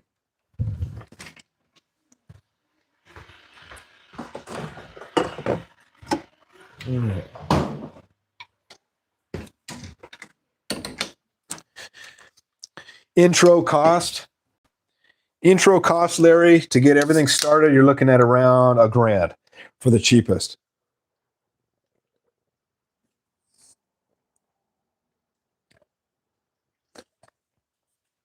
You go my route for everything.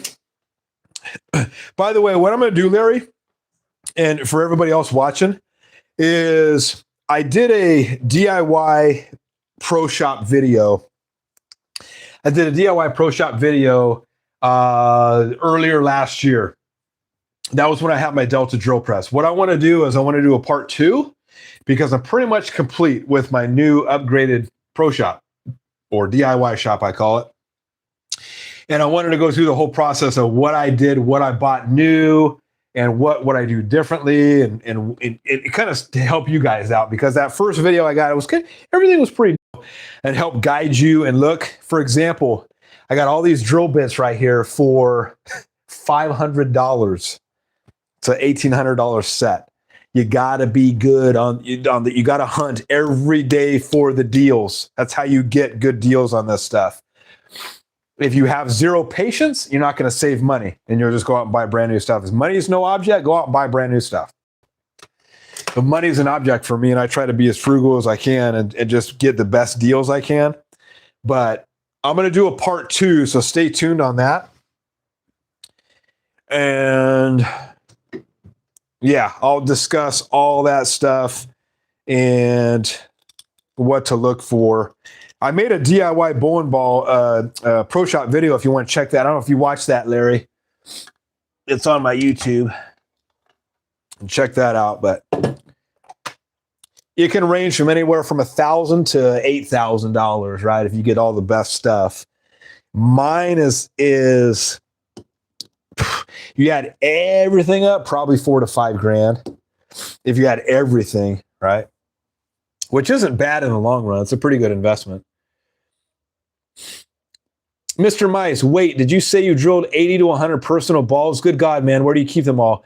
I watched all my videos of all my bowling balls, and I did 59 of them, but I didn't drill all 59. I've probably drilled about 50 of my own.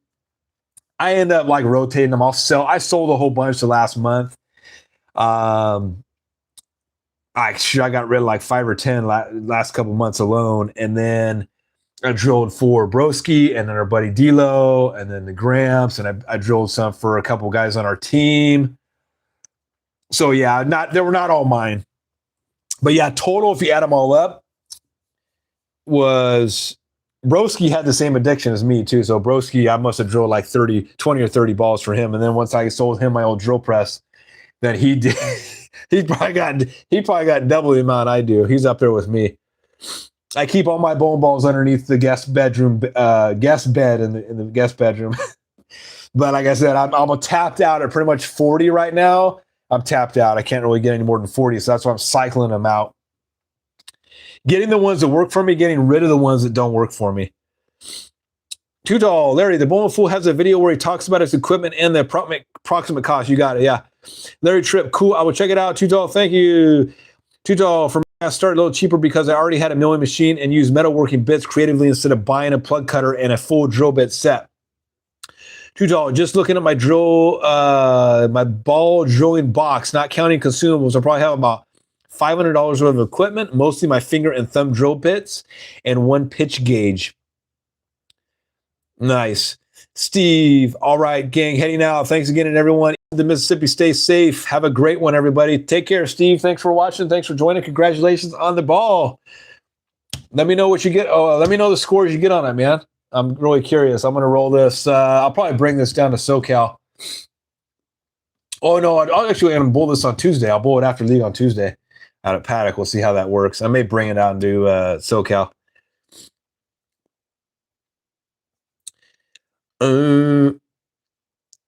Kelsa, what's up? Just got home from league. Raffle was over. Raffle was over. Steve Suter won the bowling ball. So congratulations to Steve Suter. 3 people entered. 3 people donated to the BVL. And so it's very good odds for those 3 people. Too Tall, but I already had thousands of money in metal shop equipment in my garage. Right on. Also, sorry if you mentioned if I win, will you drill it too? Maybe. We'll see. You got to give me all your measurements and stuff, but you didn't win it. Too Tall, you too, Steve. Congrats again, Mitch Man. I've got to get some sleep. Have a great night. All right, Mitch Man, take care, brother. Too Tall. Can't wait to see the updated DIY PSO vid. Yeah, that's coming up probably end of this month or next month.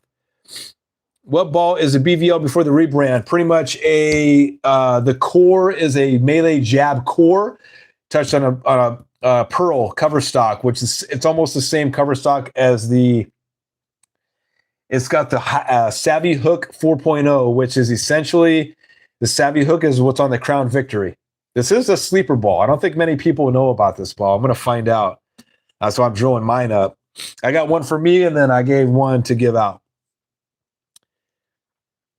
What's up, Musty Jason? What's going on, brother? Hell yeah. I'm drilling up the Johnny Petraglia ball that I bought. All right, so we will bevel the finger holes here.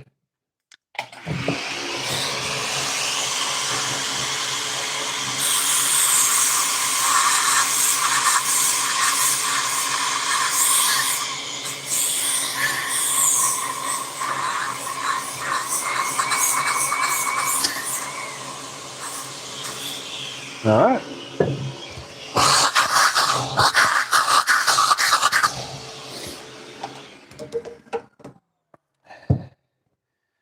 All right, now the question is, what color Jopo and grip should I use on this thing? It's got red lettering, or orange, looks like orange lettering. So here's the pitches again. So we're going to talk about the pitches real quick.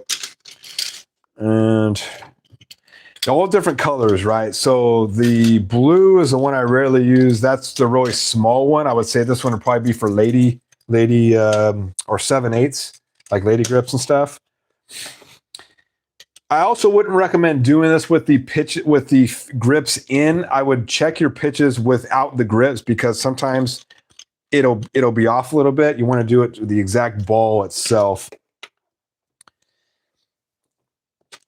All right, so all you're really doing is you're keeping these lines in here, and then you're just lining this up with that line here. Okay, if you guys can see that. And we've got a quarter, right? So that's exactly what we wanted. We have a quarter reverse pitch. So it goes, the hole goes that way. Okay, that's reverse pitch for your thumb. Then we line it up with a horizontal line like that, right on top of the thumb. That's pretty much your span line there. Line that up, and that should be 1/8. And we are exactly 1/8. Okay, that's 1/8 right pitch. Or sorry. Where are we at? Yeah, sorry, 1/8 left pitch. Gotcha. All right, so boom, got that. And then we use the red one here for the fingers.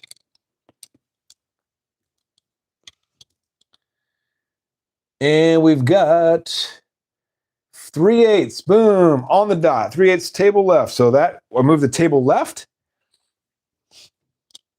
And we got a right pitch. Okay. Oh, sorry, yeah, left pitch. And then what's this one? 5/16 table right.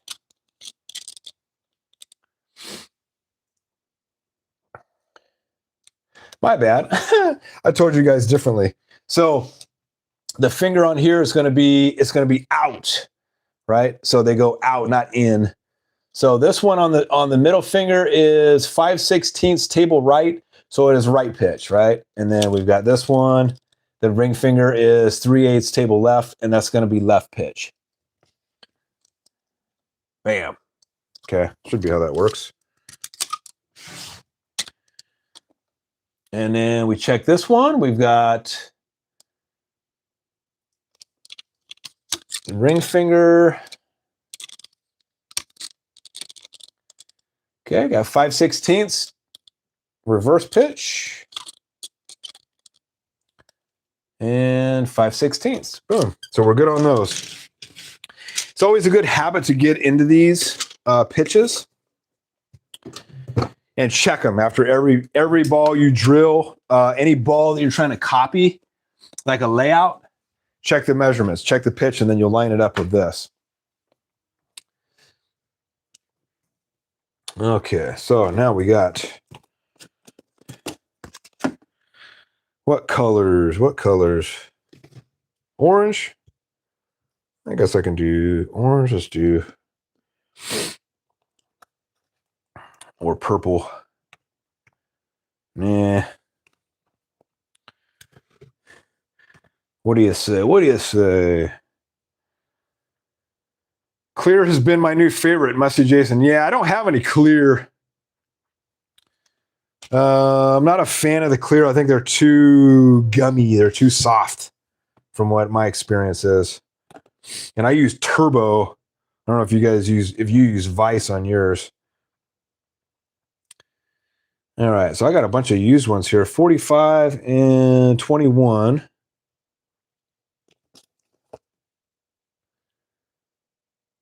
Can I write these down? That's actually red.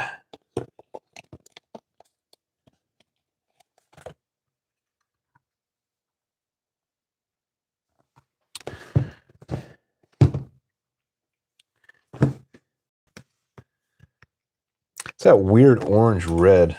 Kind of strange here. Okay, there we go. 2145.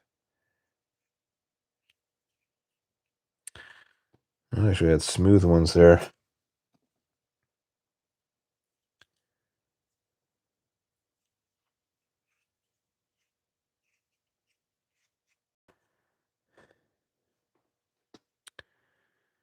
Okay. Perfect.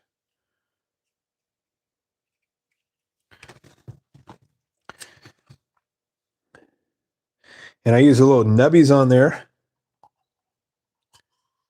Oh, I didn't clean out the holes. I want to do that first.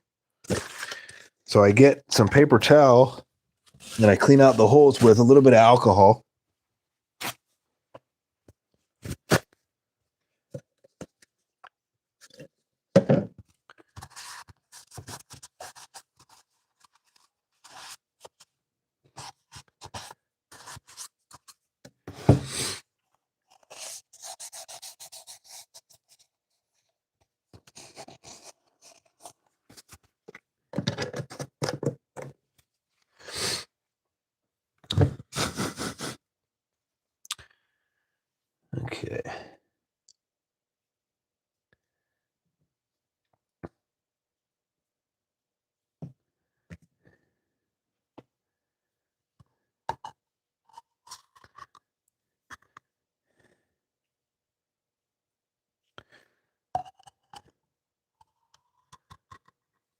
And I'm just taking these grips out from I took these grips out from a ball that I maybe used 10 or 15 times.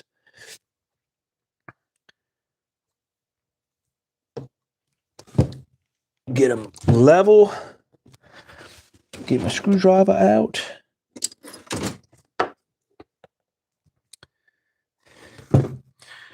Let's do Jopo next. Do red. I do want to have a lot of. Let's do red. All right, so see how loose it fits in there? That's okay, because we're going to take a file to this and rasp it up.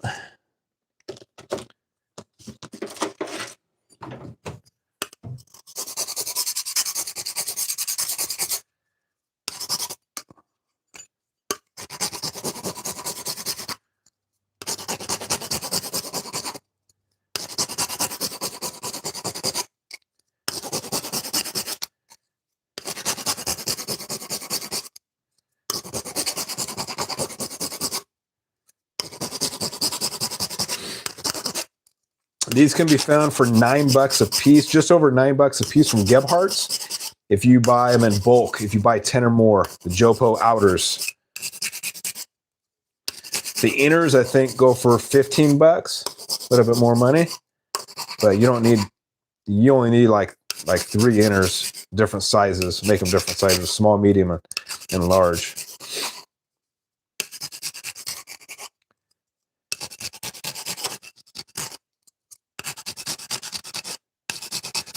Try to get it towards the top here. Not too much though, but and there we go. Not too crazy.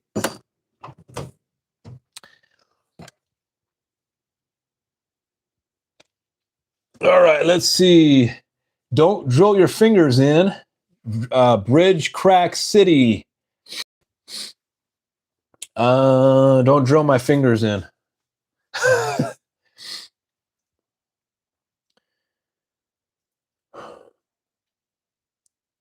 Oh yeah, drilling it in. Yeah, I had it. I told you guys completely different on that one. So yeah, if you go in like this, if you drill it in like that, then you're gonna meet. You want to have them go out, okay, when you have the holes. So I think I told you guys reversed. So on this, it's gonna be, on the ring finger, it's table left, gonna be for left pitch, right? I'm pretty sure that is going to be left pitch. Left pitch. And then this one is going to be right pitch. So table right. If I've got those reversed, let me know, Too Tall. I'm pretty sure like when it's angled like that, right? It's left pitch because it's angled left, but I could be getting that backwards. That could be right pitch. I'm not sure.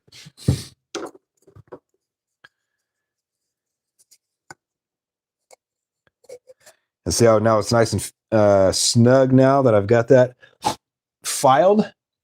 Larry Tripp, I have the Crown Victory. I will be using it next week. Crown Victory is awesome. I actually have to do an engraving mistake. I only drilled one so far. Uh-oh. Yeah, you're going to love it. Don's Bowling Buddies, what's up, my friend? Welcome to the stream. Too Tall. Let us know how that Crown Vic rolls for you, Larry. Was thinking about that ball for my teammate for a Game 3 ball, but went with the Typhoon instead. Love the Crown Victory. Don's Bowl, but so did you like my first list I sent you?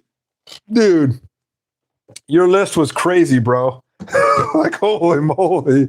If you guys don't know, Don's Bowling Buddies has a ridiculous amount of bowling balls. Trumps all of us combined. And I was just blown away at your collection. It's like, I'm not worthy.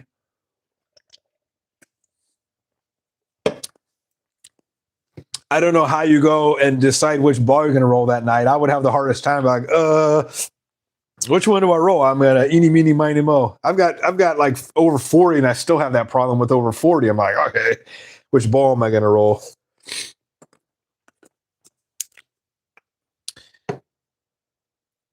All right, I'll try to finish it up here in another 15 minutes, guys. Sorry about that. All right, popsicle stick out here. All right. Whoop.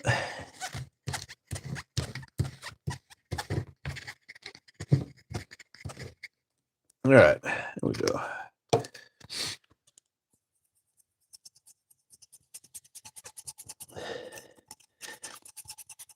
I think Don's Bowl Buddies, you said that most of those are for your high school team, which is awesome. That's cool. They just get a pick. Oh, I want this ball. I want that ball.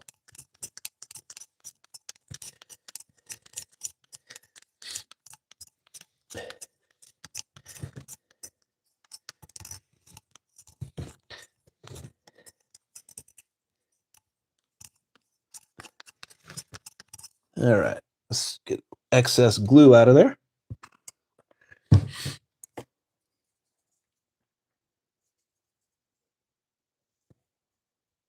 Boom. Okay. Let that dry.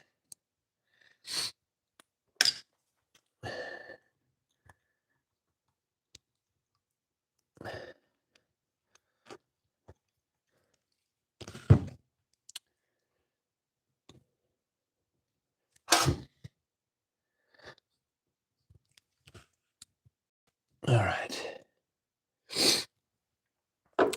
Also, too, the problem with these glue is a lot of times when you're done using it, I would do this to make sure all the glue's out of the cap. Otherwise, it'll plug it up, and then you'll have to get new ones.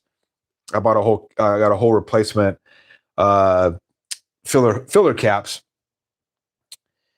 Now for like $6 on Amazon or something like that. But if we've used a 2-ounce size, they will get plugged up and all caked up here. So just be careful with that. And then get a screwdriver in here. Bring this out and drop the glue down at the bottom here. And it is so tight of a fit that you will, when you bring this up, you'll see the glue come up to the top if you put a lot in there. So.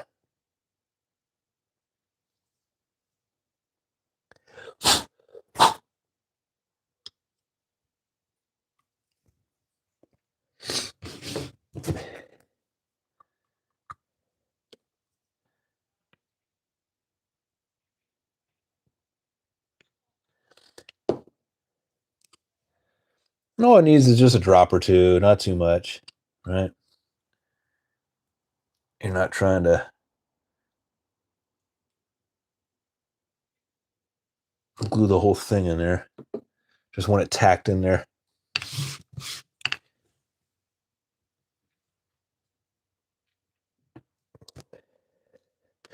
All right, there we go. All glued in. Cap on. Larry, it's been good so far. I use it game 2 or 3. Nice. Too tall. The bullet fool. As I'm lining up the Typhoon thumb hole, I think my notation system is opposite from yours. I do bit left, right, forward, reverse, not table. Okay, bit. Same result, but opposite visual reference. Gotcha. Yeah, I had on my sheet I got table left for so like left, but people have their own way of doing it. And everybody's, as long as you come out to the same result, it's good too. Yeah, my system works for me. I just have notes here, just so it's like I make it as easy as possible. So my brain gets fried sometimes, like and I like to dumb things down. Too tall. That's my way. That's the way my PSO taught me, and how he does all his drill sheets. So I do the same way. Gotcha. Don's Bowl Buddies. Yep, that's what they do when we plug and re-drill them. Nice. Got too tall. Gotta love those Bob Smith caps. Yeah, Bob Smith caps. Yeah, they get plugged up. I just replaced one the other day or yesterday, or the day before. But okay, so the last thing we're gonna do is do the circles. All right. Put it on the jig. And then we're going to zero it out. Actually, we want to zero it out. We get the plug cutter in here. Another thing you're going to need if you start drilling your own stuff is a plug cutter. $170. You will need one.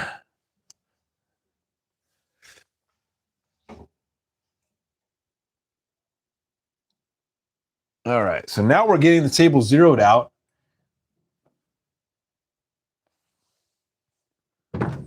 And yes, the DRO will prevent me from doing this all the time.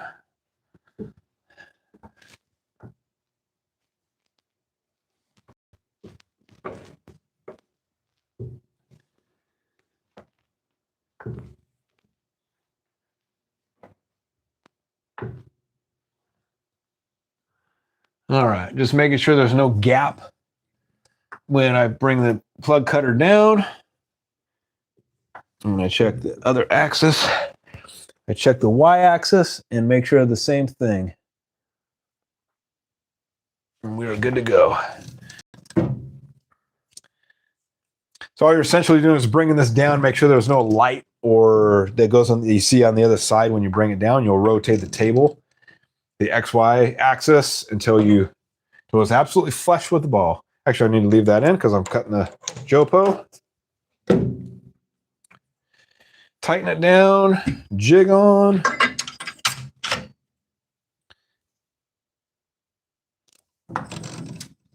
Boom, okay. And this is a real quick process here.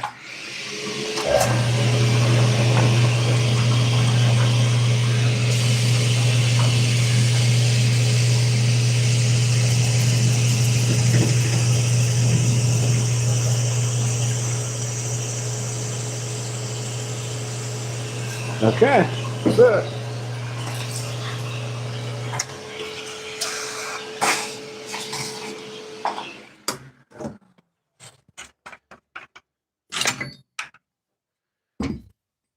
Boom. So just all that, the whole reason I did the circles because it's smeared. And once it smears, you know that the plug cutter has cut that Jopo down flush. That's all you're doing that for. I learned that one from J.R. Raymond on his channel.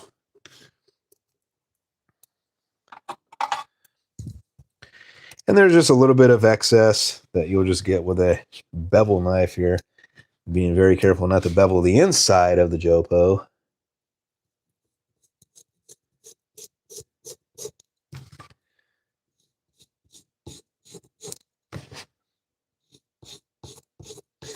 I go kind of diagonal, inward out.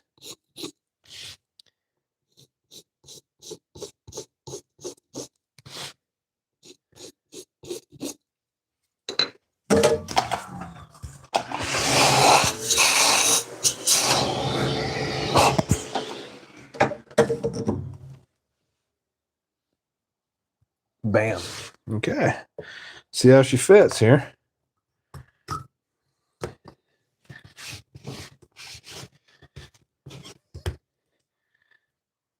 Looking pretty good. There we go. One BVL ball drilled up.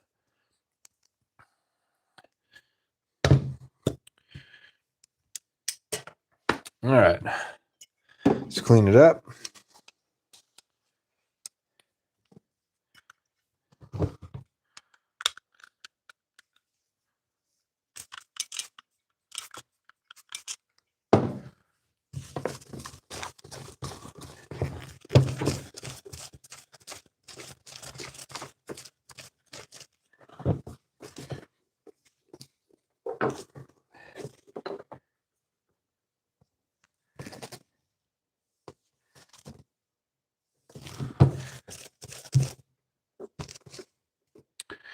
Boom. One Johnny Petraglia BVL ball rolled up. 60 by 4 by 30 is my layout. And I'll go roll this down at Paddock on Tuesday. Let's see how she does. Jopo is nice and flush. Perfect.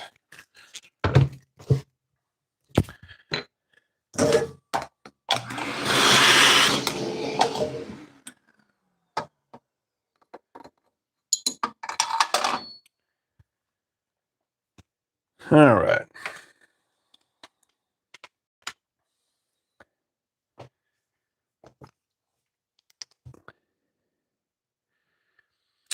Don's Bowling Buddies. I'm getting the Effect Hazmat Pearl Hater 3D offset. Damn.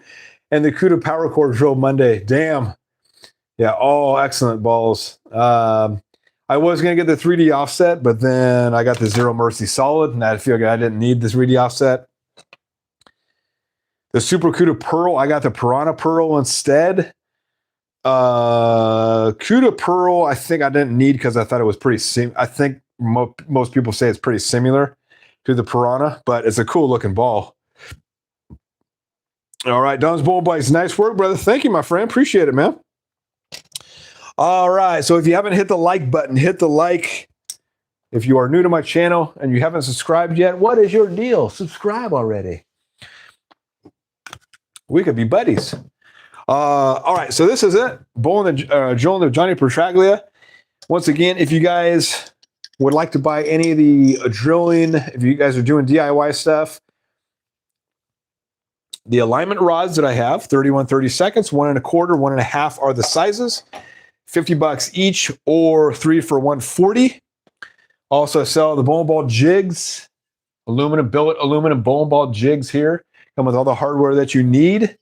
That's $5.99 shipped anywhere in the lower 48 states. If you're located outside the 48 states, I still will ship. It'd just be a little bit more money for shipping. And I don't know how I'll do the calculation of how much a shipping is to your country. I've shipped to the Netherlands before. I shipped to Hawaii before. I think Germany I shipped to. So I will ship anywhere. But I cover all the shipping for the lower 48 states as part of the price. So if you guys have any questions at all, feel free to let me know. And I'll be signing off here in about another minute.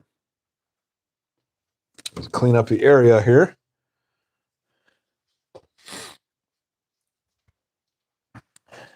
Thank you for joining. If you watch all the way to the end, I appreciate you. I love you. And stay tuned for the next stream. We're gonna try to do waffles. We're gonna see how well that works.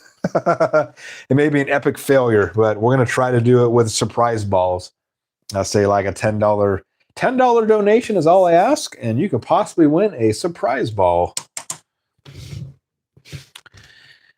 And I'm thinking about doing it where you tell me what kind of ball you want, and I'll give it to them and say, hey, this is the ball. We'll put in a ball request. I think that might be better. It's only $10 extra for Bowling World.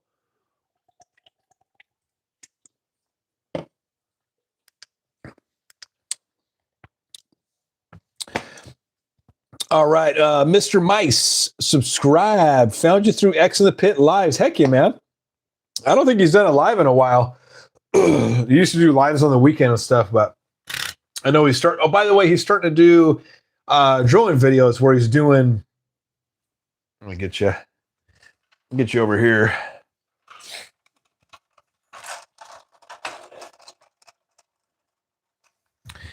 Yeah, he started to do drilling videos with a first-person perspective camera, which I think is pretty cool. And I went looking on Amazon for that. I went looking on Amazon for a camera mount, either on my head or maybe right here. So when I do drilling, you guys can see firsthand. I'll just put the camera right on the mount. Let me know if that's something you guys would want to see. Because I know you guys, and when I put the camera here, it's kind of far. You can't really see everything that I do, but you see the big picture kind of deal. So let me know what you guys prefer, and I'm gonna buy a camera mount regardless. Yeah, because it does look kind of cool.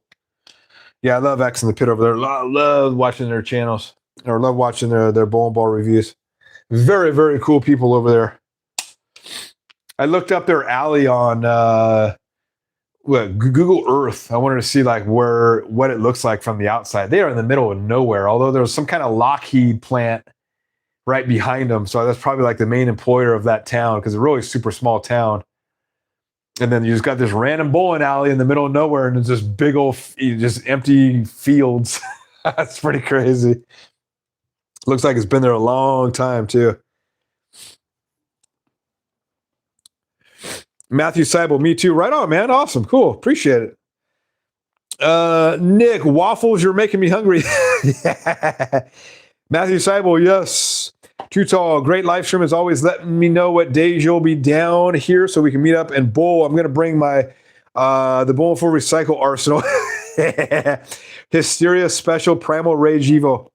Yeah, like I said, I'll be heading down there Thursday. So I should be down there Thursday. Probably, I mean, I think the days available will probably be either Friday. One of those. I'm only down there from like I'm getting like Thursday around noon, and then I'll be leaving Monday morning. So I'm only there for a couple of days. My main purpose of the visit is visit with my dad and visit with him. I only see him a couple times a year, so want to visit with him and I get some free time. I definitely want to go bowling and check out. I always try to go to the bowling because it's a little bit closer to me, but I'm open to check out new alleys down there.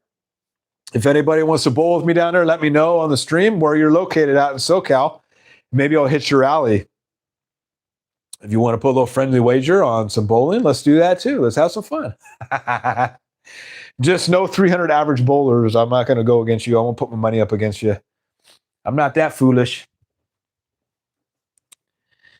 But if you're like a 200 average bowler, yeah, I'll put some. We'll have some fun.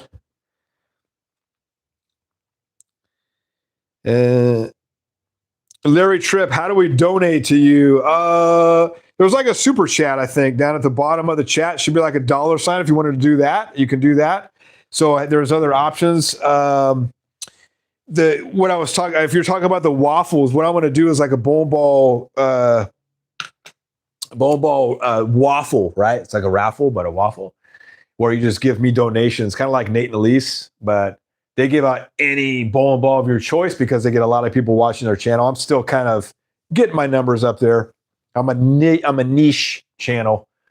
But I think what we could do to start off with is do, 12 entries, $10 a piece, and do mystery or surprise balls, right? So let me know if you guys want to do that. I'll make it like 10 or 15 entries, and you get a chance of winning a bowling ball. I think your chances would be a heck of a lot better if you're on Nate and Elise, because I think there are 20 to 25 entries. Mine would be 10 to 15 for around the same price they ask. So let me know. Also, you can also be a member of my channel. The Hero member is $1.99 a month. And then the Legend member is $2.99 a month, and you get to watch all my videos. I release the videos a couple of days before they're released to everybody else. And then if you're a Legend member, I put your name on all of my videos. So if you watch my videos that I do, my bowling ball videos, you see in the upper left corner, I'll put in my Legend members. So your name will be mentioned on all of my streams, all of my videos going forward. So my Legend members I want to thank you guys too. We've got Whammy number 8, thank you and for being a Legend member. Appreciate you. He's been an early subscriber of my channel and an early member of my channel, so appreciate you, my friend. We got Not Mr. Tibbs, thank you very much. And we got a brand new Legend member, RT9. Rock and roll. I want to thank all you guys for being a Legend member and helping me out. I much appreciate it. But yeah, I think if you just wanted to donate, there's like a $sign down at the bottom, and any donation I truly appreciate, any and all. I make my money based on ads. So right now I'm making like $100. It's last month was $100 from advertisement, like Google ad something, I think what it's called. So when you watch my videos and you watch through the ads, that's how I get paid right now. So not a lot of money, but it's nice little pocket change for buying bowling balls and stuff. And what I wanted to do with the money that I get is, because I'm only making like $100 a month. It's not a lot. But what I want to do is put that money towards giveaways on my channel. So, and the new rule going forward too on my giveaways, it's only going to be on my live streams. My giveaways on my live streams are you have to be present to win. Kind of like the Radical podcast, right? Because we had somebody that won last time and they weren't present. They never reached back to me. I gave them a week to reach back and they never got back to me. So nobody won anything, unfortunately. So what I'm going to do to change that, and it's really hard for me to contact that person when I don't have their contact or their YouTube. It's kind of hard to message other than making a post on my channel. So moving forward, anybody that, when I do giveaways on my channel, I usually will, you can put in, I do silly things like name my favorite bowler or name a bowling ball brand. If you pick the same bowling ball brand that's in my head or written down, I'll put you on a wheel spin, right? And I'll spin the wheel, and whoever wins, I'll send you out, $20 value prize bowling related prize to you in the mail, free of charge. But yeah, no, it's just fun. I love giving out stuff, but you got to be present from here on out because it's really hard for me to get a hold of somebody that's not on YouTube. So, and if that person isn't present, I spin the wheel again. I take their name off the wheel, and then we go again. It's only fair to people that end up watching my channel. So, and I appreciate you. Right on, dude. Thanks, Nick. Appreciate you, man. Thank you for the $2, my friend. Awesome, awesome. All right, let's see. Tuto, I got the bowling full ball cups to gamble. There you go. Nick, come to Rhode Island. We could bowl for some money. Yeah, like I said, I got a buddy that lives in Rhode Island. I'll have to go. The wife and I got to make a trip. We're kind of locked down right now just because of the dog. To just local places right now. We can't really hop on a plane with a dog. And we don't want to force the dog onto family members for a week. The dog's very high maintenance right now. So it's a little bit of, we're just kind of a little bit locked down for the moment. But yeah, I would love to I want to come out to that area during the fall when all the leaves change colors, because that place where you live, stunning looking in the fall. That's a bucket list item for me. And you guys get that here. Unbelievable. We get colors out here, don't get me wrong, but you guys, it's just jaw-dropping colors you get out there. Don's Bowling Buddies. Yes, sir. I need a new ball. You do need a new ball. Yeah. So I think moving forward, we'll start doing waffles. We'll see what we get. And if we don't get 10 people, I'll just have to, I don't know. Maybe if I don't get 10 people, then we'll continue on to the next stream or something. I'm hoping we can get 10 donations in one stream for a bowling ball. I think the most people I get watching me on one stream is like 25. So we'll see. Matthew, that is fair anyways. People who win should be watching. Exactly. Yep. Larry, that's cool though. I love to support any way I can. Heck yeah, dude. Appreciate it, man. Nick, I understand. Matthew, are you eventually going to do merch? I experimented with some shirts and hats. I'll tell you what. So now that I have my new logo, if you've seen my new logo, it's the side profile, like the side silhouette of me drilling this. I thought was pretty cool. This was my first logo. So, we started a new year, 2026. I figured let's do a new logo. Let's do something a little bit more refined, a little bit more, this was cool, but it's kind of generic, right? It's not really, it's just something I kind of whipped together really quick. But I had some shirts made, and I'm just looking for a good quality shirt. These are Gildan, heavy cotton. This is pretty good quality. I think the cost for this was like $10 or $15 a shirt. I think it came out to it was like $10 a shirt, I think, when I had these made because of the logo here. But I want to get one with the new logo.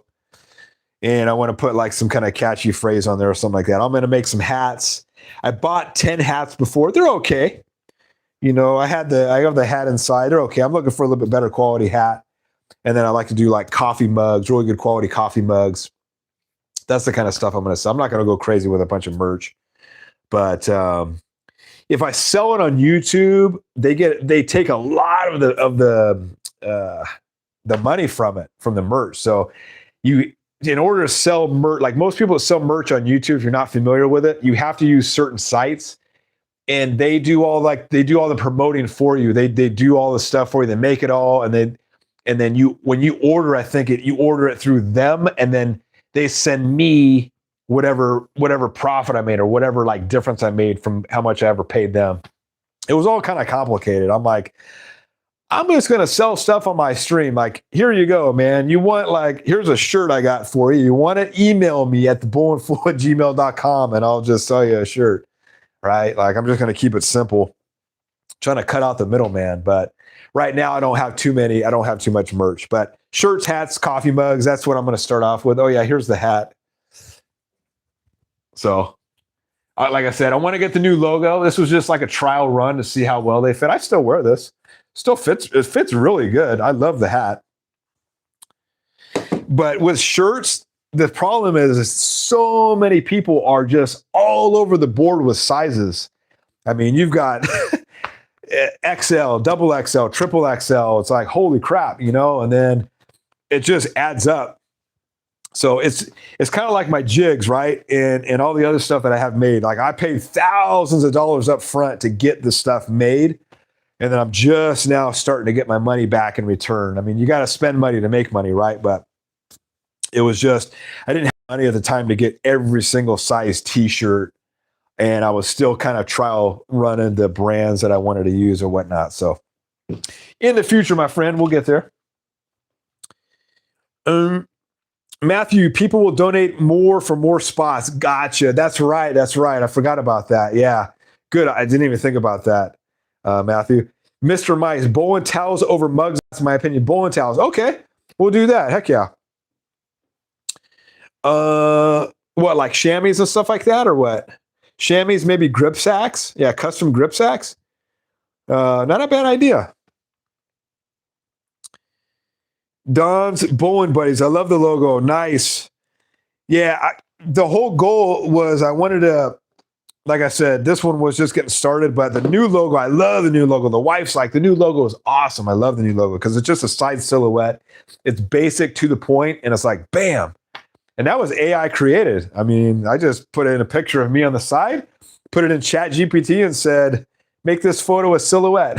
And then I just kind of touched it. I kind of tweaked it, touched it up a little bit. I made myself look bulkier. I had a jacket on when I took the picture, but he kind of got most of it right, you know? So I'll thank you guys for the kind words. And with that being said, thanks for watching. Yeah, Don's Bull Boys. I like chamois. Okay, we'll do some chamois. I got to find out chamois or towel, whichever cheaper up front for you to see the man K. Yeah, probably towels. I'll probably do towels, something like that. I think more people can use towels, and I use be honest with you, man, I use the ShamWow to wipe my balls off. From oil as a ShamWow. Like that stuff works amazing versus the regular chamois. Like I buy I'm still using the ShamWow pack that I had from last year. I haven't even cut into a quarter of it, and I'm still using it, and they're rewashable. So, but yeah, I think what definitely towels. I could do some towels. I'll look into it. Thanks for the ideas, my friends. I appreciate it. Nick, peace. All right, guys, thanks for watching. Like I said, you want a jig or any of the other stuff that I make, like these rods, email me at thebowlingfool@gmail.com. If you haven't like the stream, appreciate all the kind words, and make sure you subscribe. And until next time. If you're down in SoCal next week, which is the end of the last week of January, let me know, and I'll go bowling with you. So there we go. Johnny Petraglia, bowling ball. So thanks, everybody, for watching. I will see you on the next stream. Peace out.